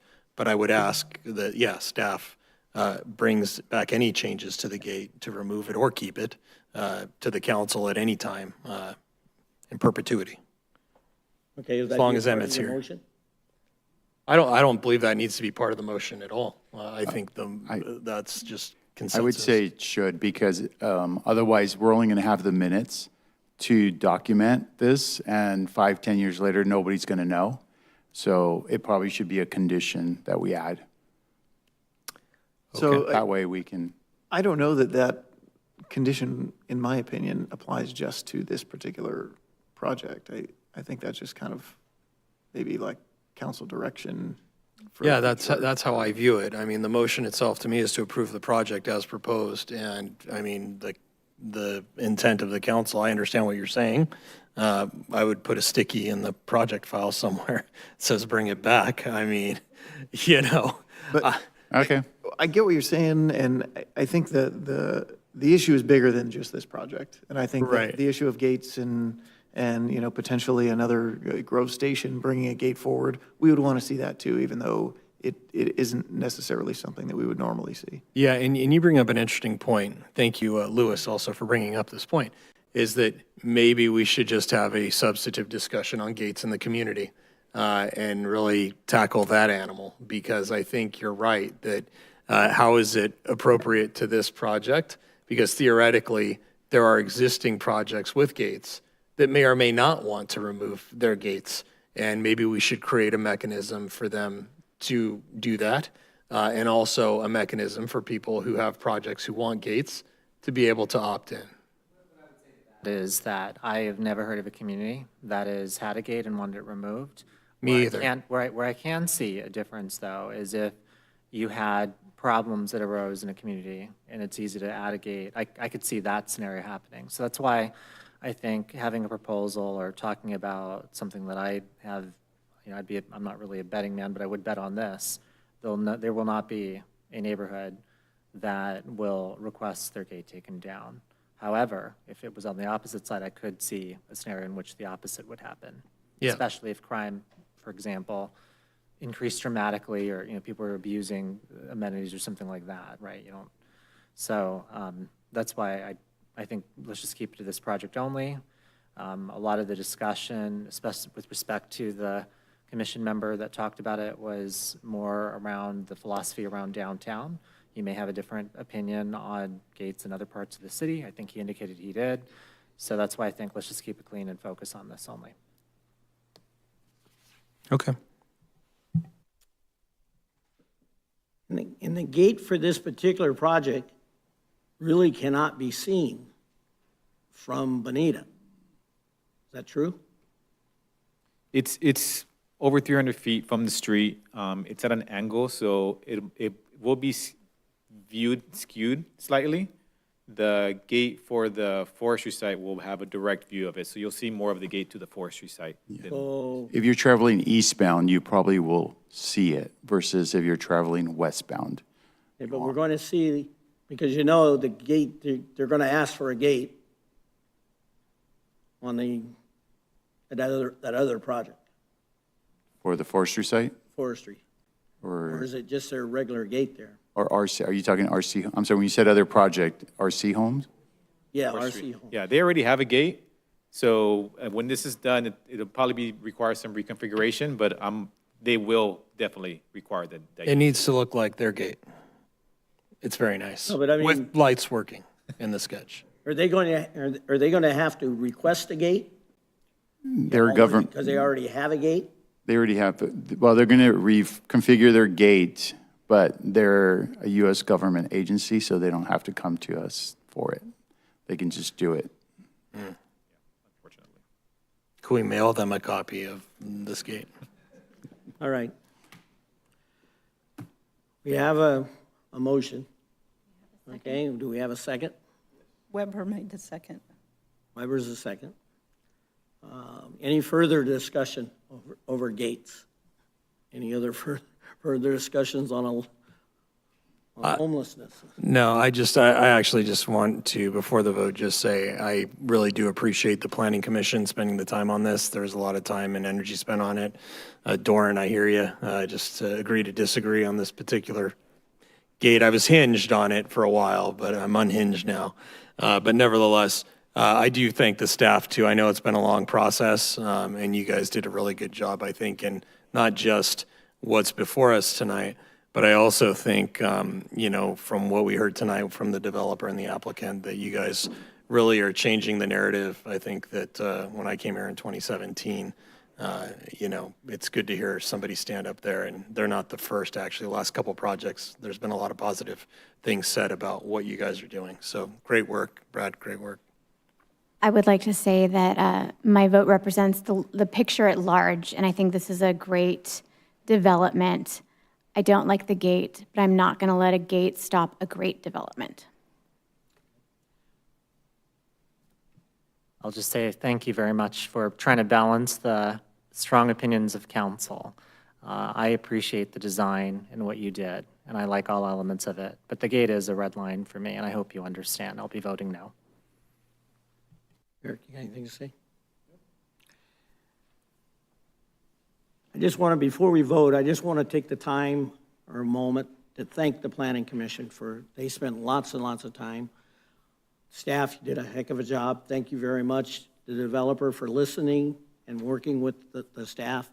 But when I attended the Planning Commission meeting and I listened to the planning commissioners talk and discuss, the gate was an issue. But at the end of the day, the people that we selected over a period of time to represent our planning department and making decisions, they 4-1. Actually, it was 5-0. 5-0. They came out of that approving the gate. So at this point, I'm going to support the gate, and we'll take a vote. All in favor of the motion? Aye. Aye. Opposed? Okay, motion carries 4-1 with Councilman Nakano voting no. Okay? Congratulations. Say something very loudly and very clearly. This better be the best project that we could possibly see. Okay? I want other developers to look at your project as a standard. Okay, thank you. Please don't forget the lights on the sketch.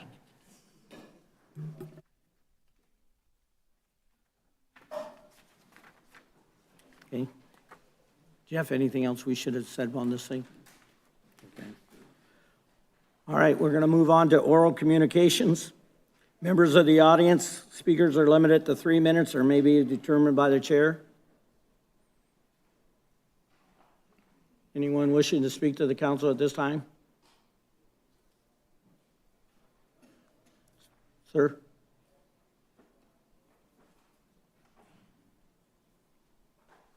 Hello, my name's Jovan Flores, live 1320 Avenida Loma Vista in the Villa Verde area.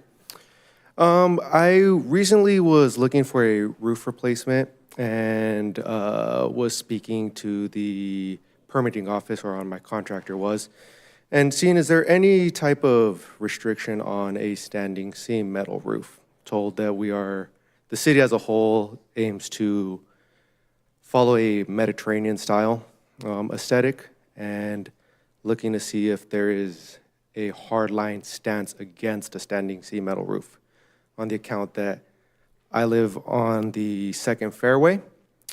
I am pelted daily by golf balls, and multiple contractors have told me that a metal roof is the best roof for that situation. Just seeing if there's any type of procedure to address this issue and potentially move forward with my project. I am not sure if this is the correct forum for that. I'm just looking to reach out for more information.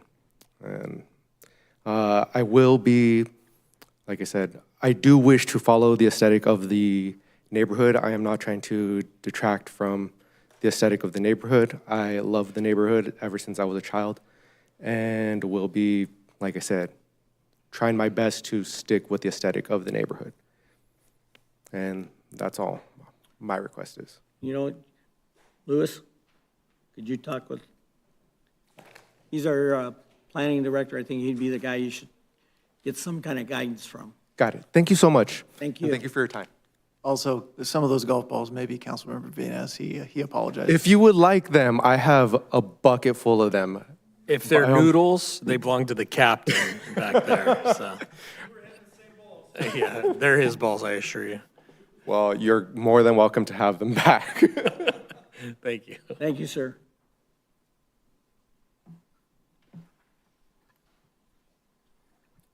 Anyone else wishing to speak to the council at this time? Seeing none, we'll move on to the city manager report. Yes, Mayor, City Council, two quick items. The East Fifth Street and surrounding neighborhood street rehabilitation project is beginning soon. We are having a community meeting, which will be held tomorrow, Wednesday, October 15th at 6 p.m. in the Senior Center to review the project in details and answer any questions any residents may have. The construction is scheduled to begin October 20th and last approximately 2 months. The streets that are included are East Fifth Street, Bellevue Avenue, Payson Street, Smeadway, and Gladstone Street. The $900,000 project will improve roadway conditions, enhance the neighborhood, but want to invite any residents that are affected to join us at that meeting tomorrow, 6 o'clock. The residents will also be notified of any temporary access restrictions and change in service during the project. And lastly, it was mentioned earlier, the San Dimas High School Homecoming Parade is held this Friday, October 17th. The road closure will be in effect from 2 to 5 p.m. So if you're in the area, residents, please anticipate traffic and the road closure from 2 to 5 p.m. this Friday in the downtown. With that concludes my comments, Mayor. Thank you. Any questions of the city manager? City attorney? Mayor and council, as the council is probably aware, referring to my report from last time, Governor Newsom did sign Senate Bill 79 in the past few days, and so what that means is that cities who have transit stops in their communities, which we do in San Dimas now, we have a light rail stop, are prohibited from limiting the height and density of residential projects within half-mile of those transit stops. One of the exceptions that was added to the bill in the legislature to get it passed was called the small city exception, and that applies to San Dimas because we have fewer than 35,000 people. At least we have fewer than 35,000 people right now. What that means is that these restrictions will only apply within a quarter mile of San Dimas A-line station. And we will not be able to prevent developers from building up to 65 feet or 6 stories residential projects, and that's within a quarter mile of the station. And to qualify for these projects, developers do need to provide a certain percentage of low-income units in their project.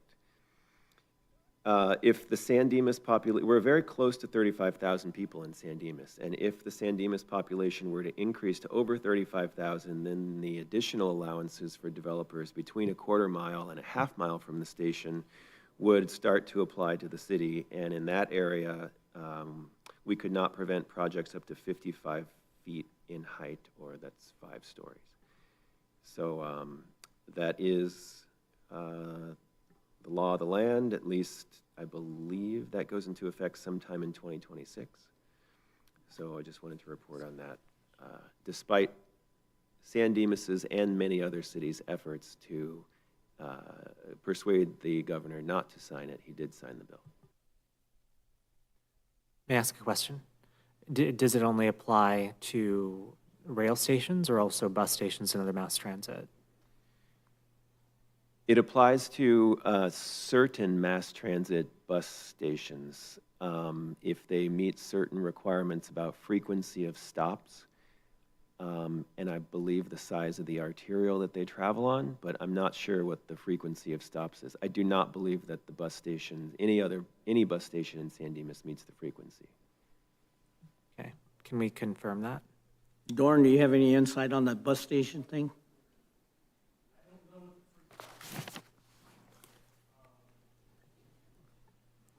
Mike.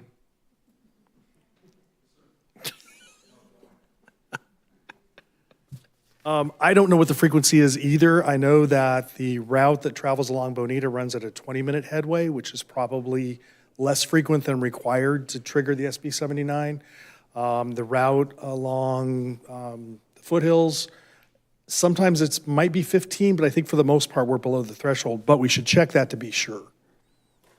Mayor and council, I'm gonna work with Jeff to put together a summary of the impacts of this bill. This is kind of high level, but we'll include the frequencies and if there's any other transit hubs that would Is it possible that staff could create a picture, a drawing, or something that says what represents a quarter mile from the station, you know, a circular or something like that. So it's hard to say I'm a quarter mile, and we're sitting here right now, and we could be considered a quarter mile, right? And then that would be south. So try to figure that out, figure out what would happen with certain properties, so especially the one by the bowling alley and those properties. So you're trying to guess at something. When does this take effect? I believe it takes effect sometime in 2026. I'm not exactly sure if 26. it's January 1st or July 1st. I think it's July 1st of 2026. Just for reference, I've got it pulled up right now. The Bonita Cataract property in the bowling alley would not be within a quarter mile. City Hall would be, and it would go all the way down to, looks like the railroad tracks south of Arrow would be included. It's all that commercial down there. Well, I can include the map with the Yeah, if you with the could. area in the summary that I'll provide you. and I think that because San Dimas is so close to growing past 35,000, I think we should also look at the broader range as well. But the other thing I would also add to that is any bus stations or transit stations that are outside of San Dimas but are on their border, because I would assume that could also apply. So in other words, if there's a station that is within half a mile of our border in Pomona, for example, or Laverne, we should also be aware of that potential impact, because I don't think city boundaries would limit that, correct? Okay. If the station's right outside the border of San Dimas, inside San Dimas, that radius, only the quarter mile radius would apply, even if the other city is larger than 35,000 people. So it's Right, but we're also on the edge of becoming 35,000 That's true. too. So I think that it's worth just looking at the worst case scenario and then understanding what the worst impact could be. And Mayor, I just had one question for Brad. Did you send our letter of opposition certified mail? Do we know he read it? He got the letter. He got the letter. We also emailed it to staff. Good It's call. in a different form. Good call, thank you. Well, all I can say is we're talking about the 35,000. We can, I want to thank San Dimas Community Hospital because they tried to help us. They did away with their maternity section, so they're not having any new babies there. So the numbers aren't growing that way, but people moving in because we are a great community. They're moving here, trying to help our realtors out. Okay? All right. Members of the council members report the meetings attended at the expense of their local agency. Mr. Mayor, I'd like to report that I had the opportunity to attend the League of California Cities Conference last week in Long Beach. Some of the sessions that I attended were on the topics of development, homelessness prevention, and wildfire prevention and detection, which were noteworthy. And that is it. Mayor, I also attended the League of Cities Conference. I attended the same sessions. I deeply appreciate the opportunity to learn from and network with other cities. Thank you very much. Thank you. Anybody else? Okay. Hearing none, we'll move on to Councilman Vienna. Oh, all right. So a couple things. One is I wanted to go ahead and thank staff for the Running Scared 5K event. I think that went really well. I'll have everybody know, so get ready to make good on your bets. I did run, and I was the fastest council member who ran in my district.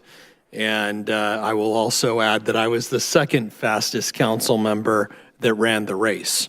So it was a valiant effort. Captain Moen and I were chasing Councilmember Weber like he was running from the jail, but he evaded us pretty quickly, and he's fast as a cheetah.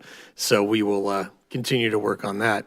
I did attend the beer and wine walk. Had a event the following morning. My wife ran the Long Beach Half Marathon, so we didn't engage in the spirits as we usually would, but it was very well attended, and I wanted to thank the chamber, all of the vendors and businesses that made that event what it was. And I think I saw staff getting everything ready in the morning leading up to the event. I think it was very well done. The use of the lighting products that you guys are using now, I think is very good, provides a lot.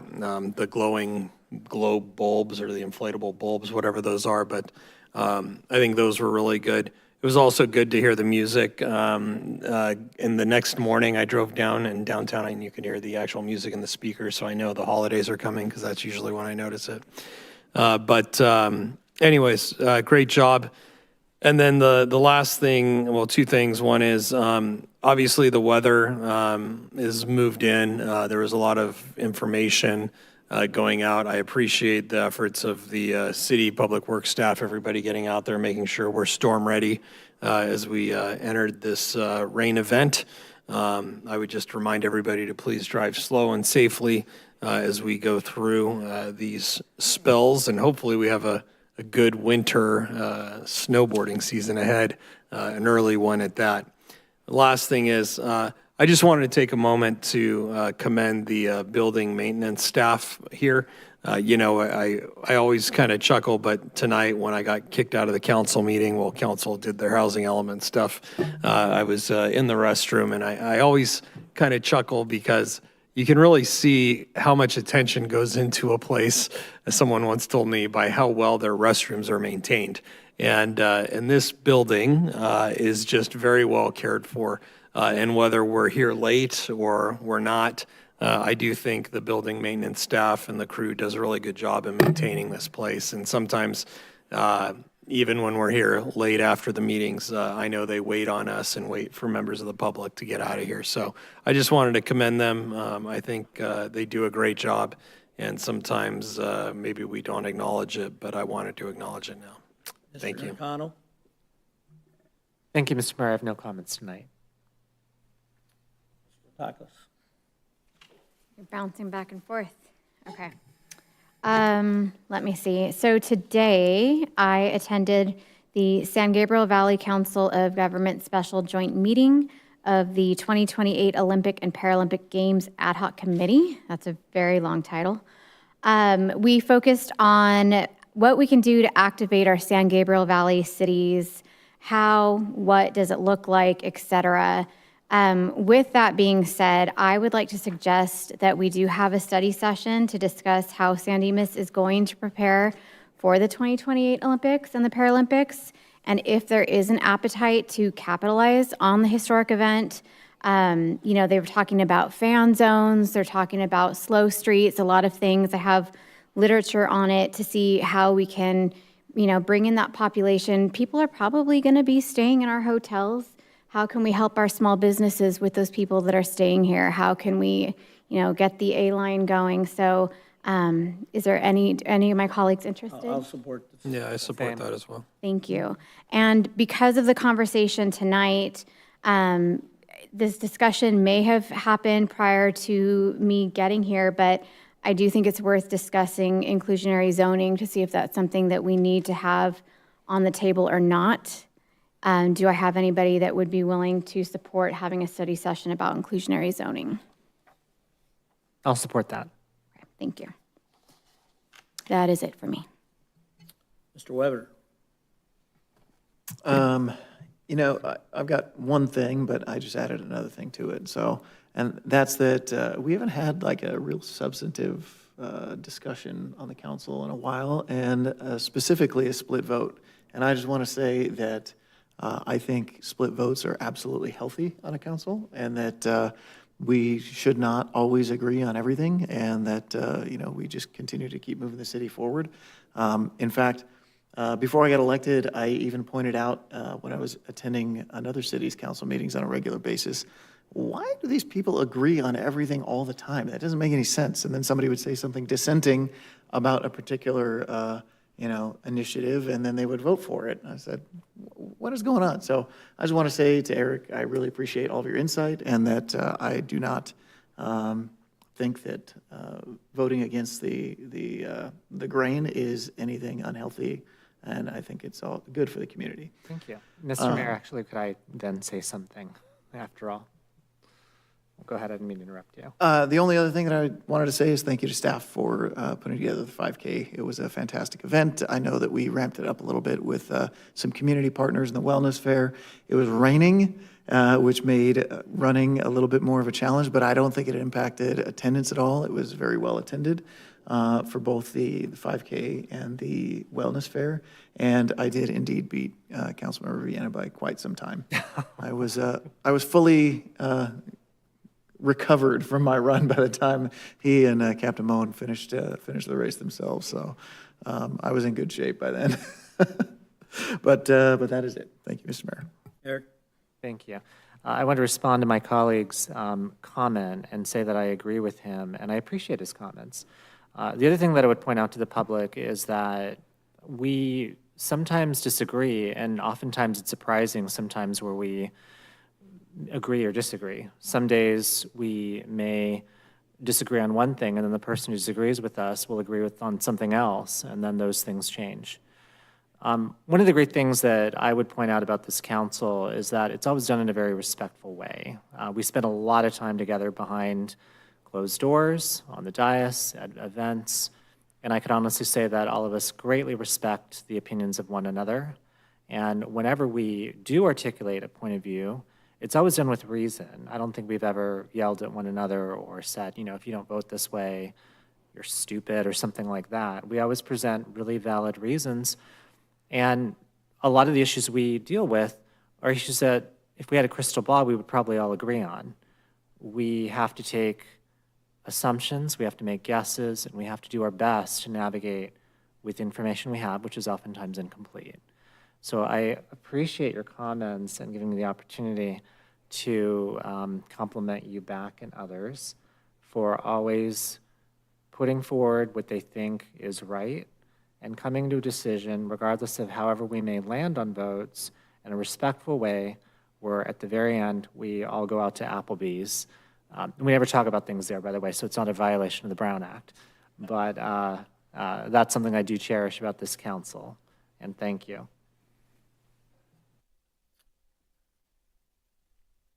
Well, it's what, 10:14, about 11 o'clock we'll adjourn. But I just want to comment about the wine walk. The wine walk, thanks to the chamber, thank everybody that was involved in it. It was a great success. Looked like we had many more people than normal, and people were happy. And so I think they did a great job. I probably have a lot of things I'd like to say at this point, but because of the lateness of the hour, I think we'll move on.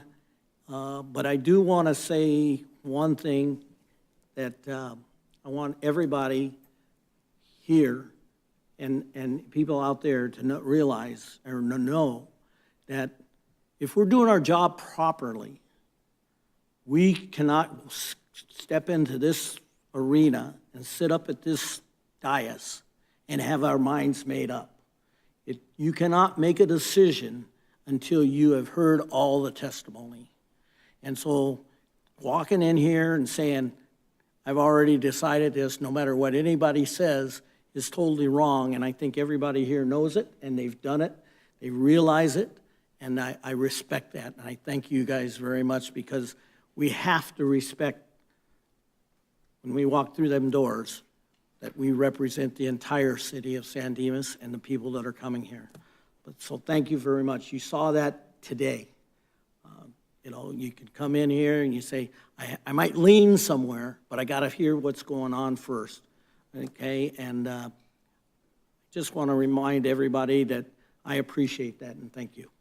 Okay, anybody upset with adjourning? I think I'll call this meeting, and thank you very much.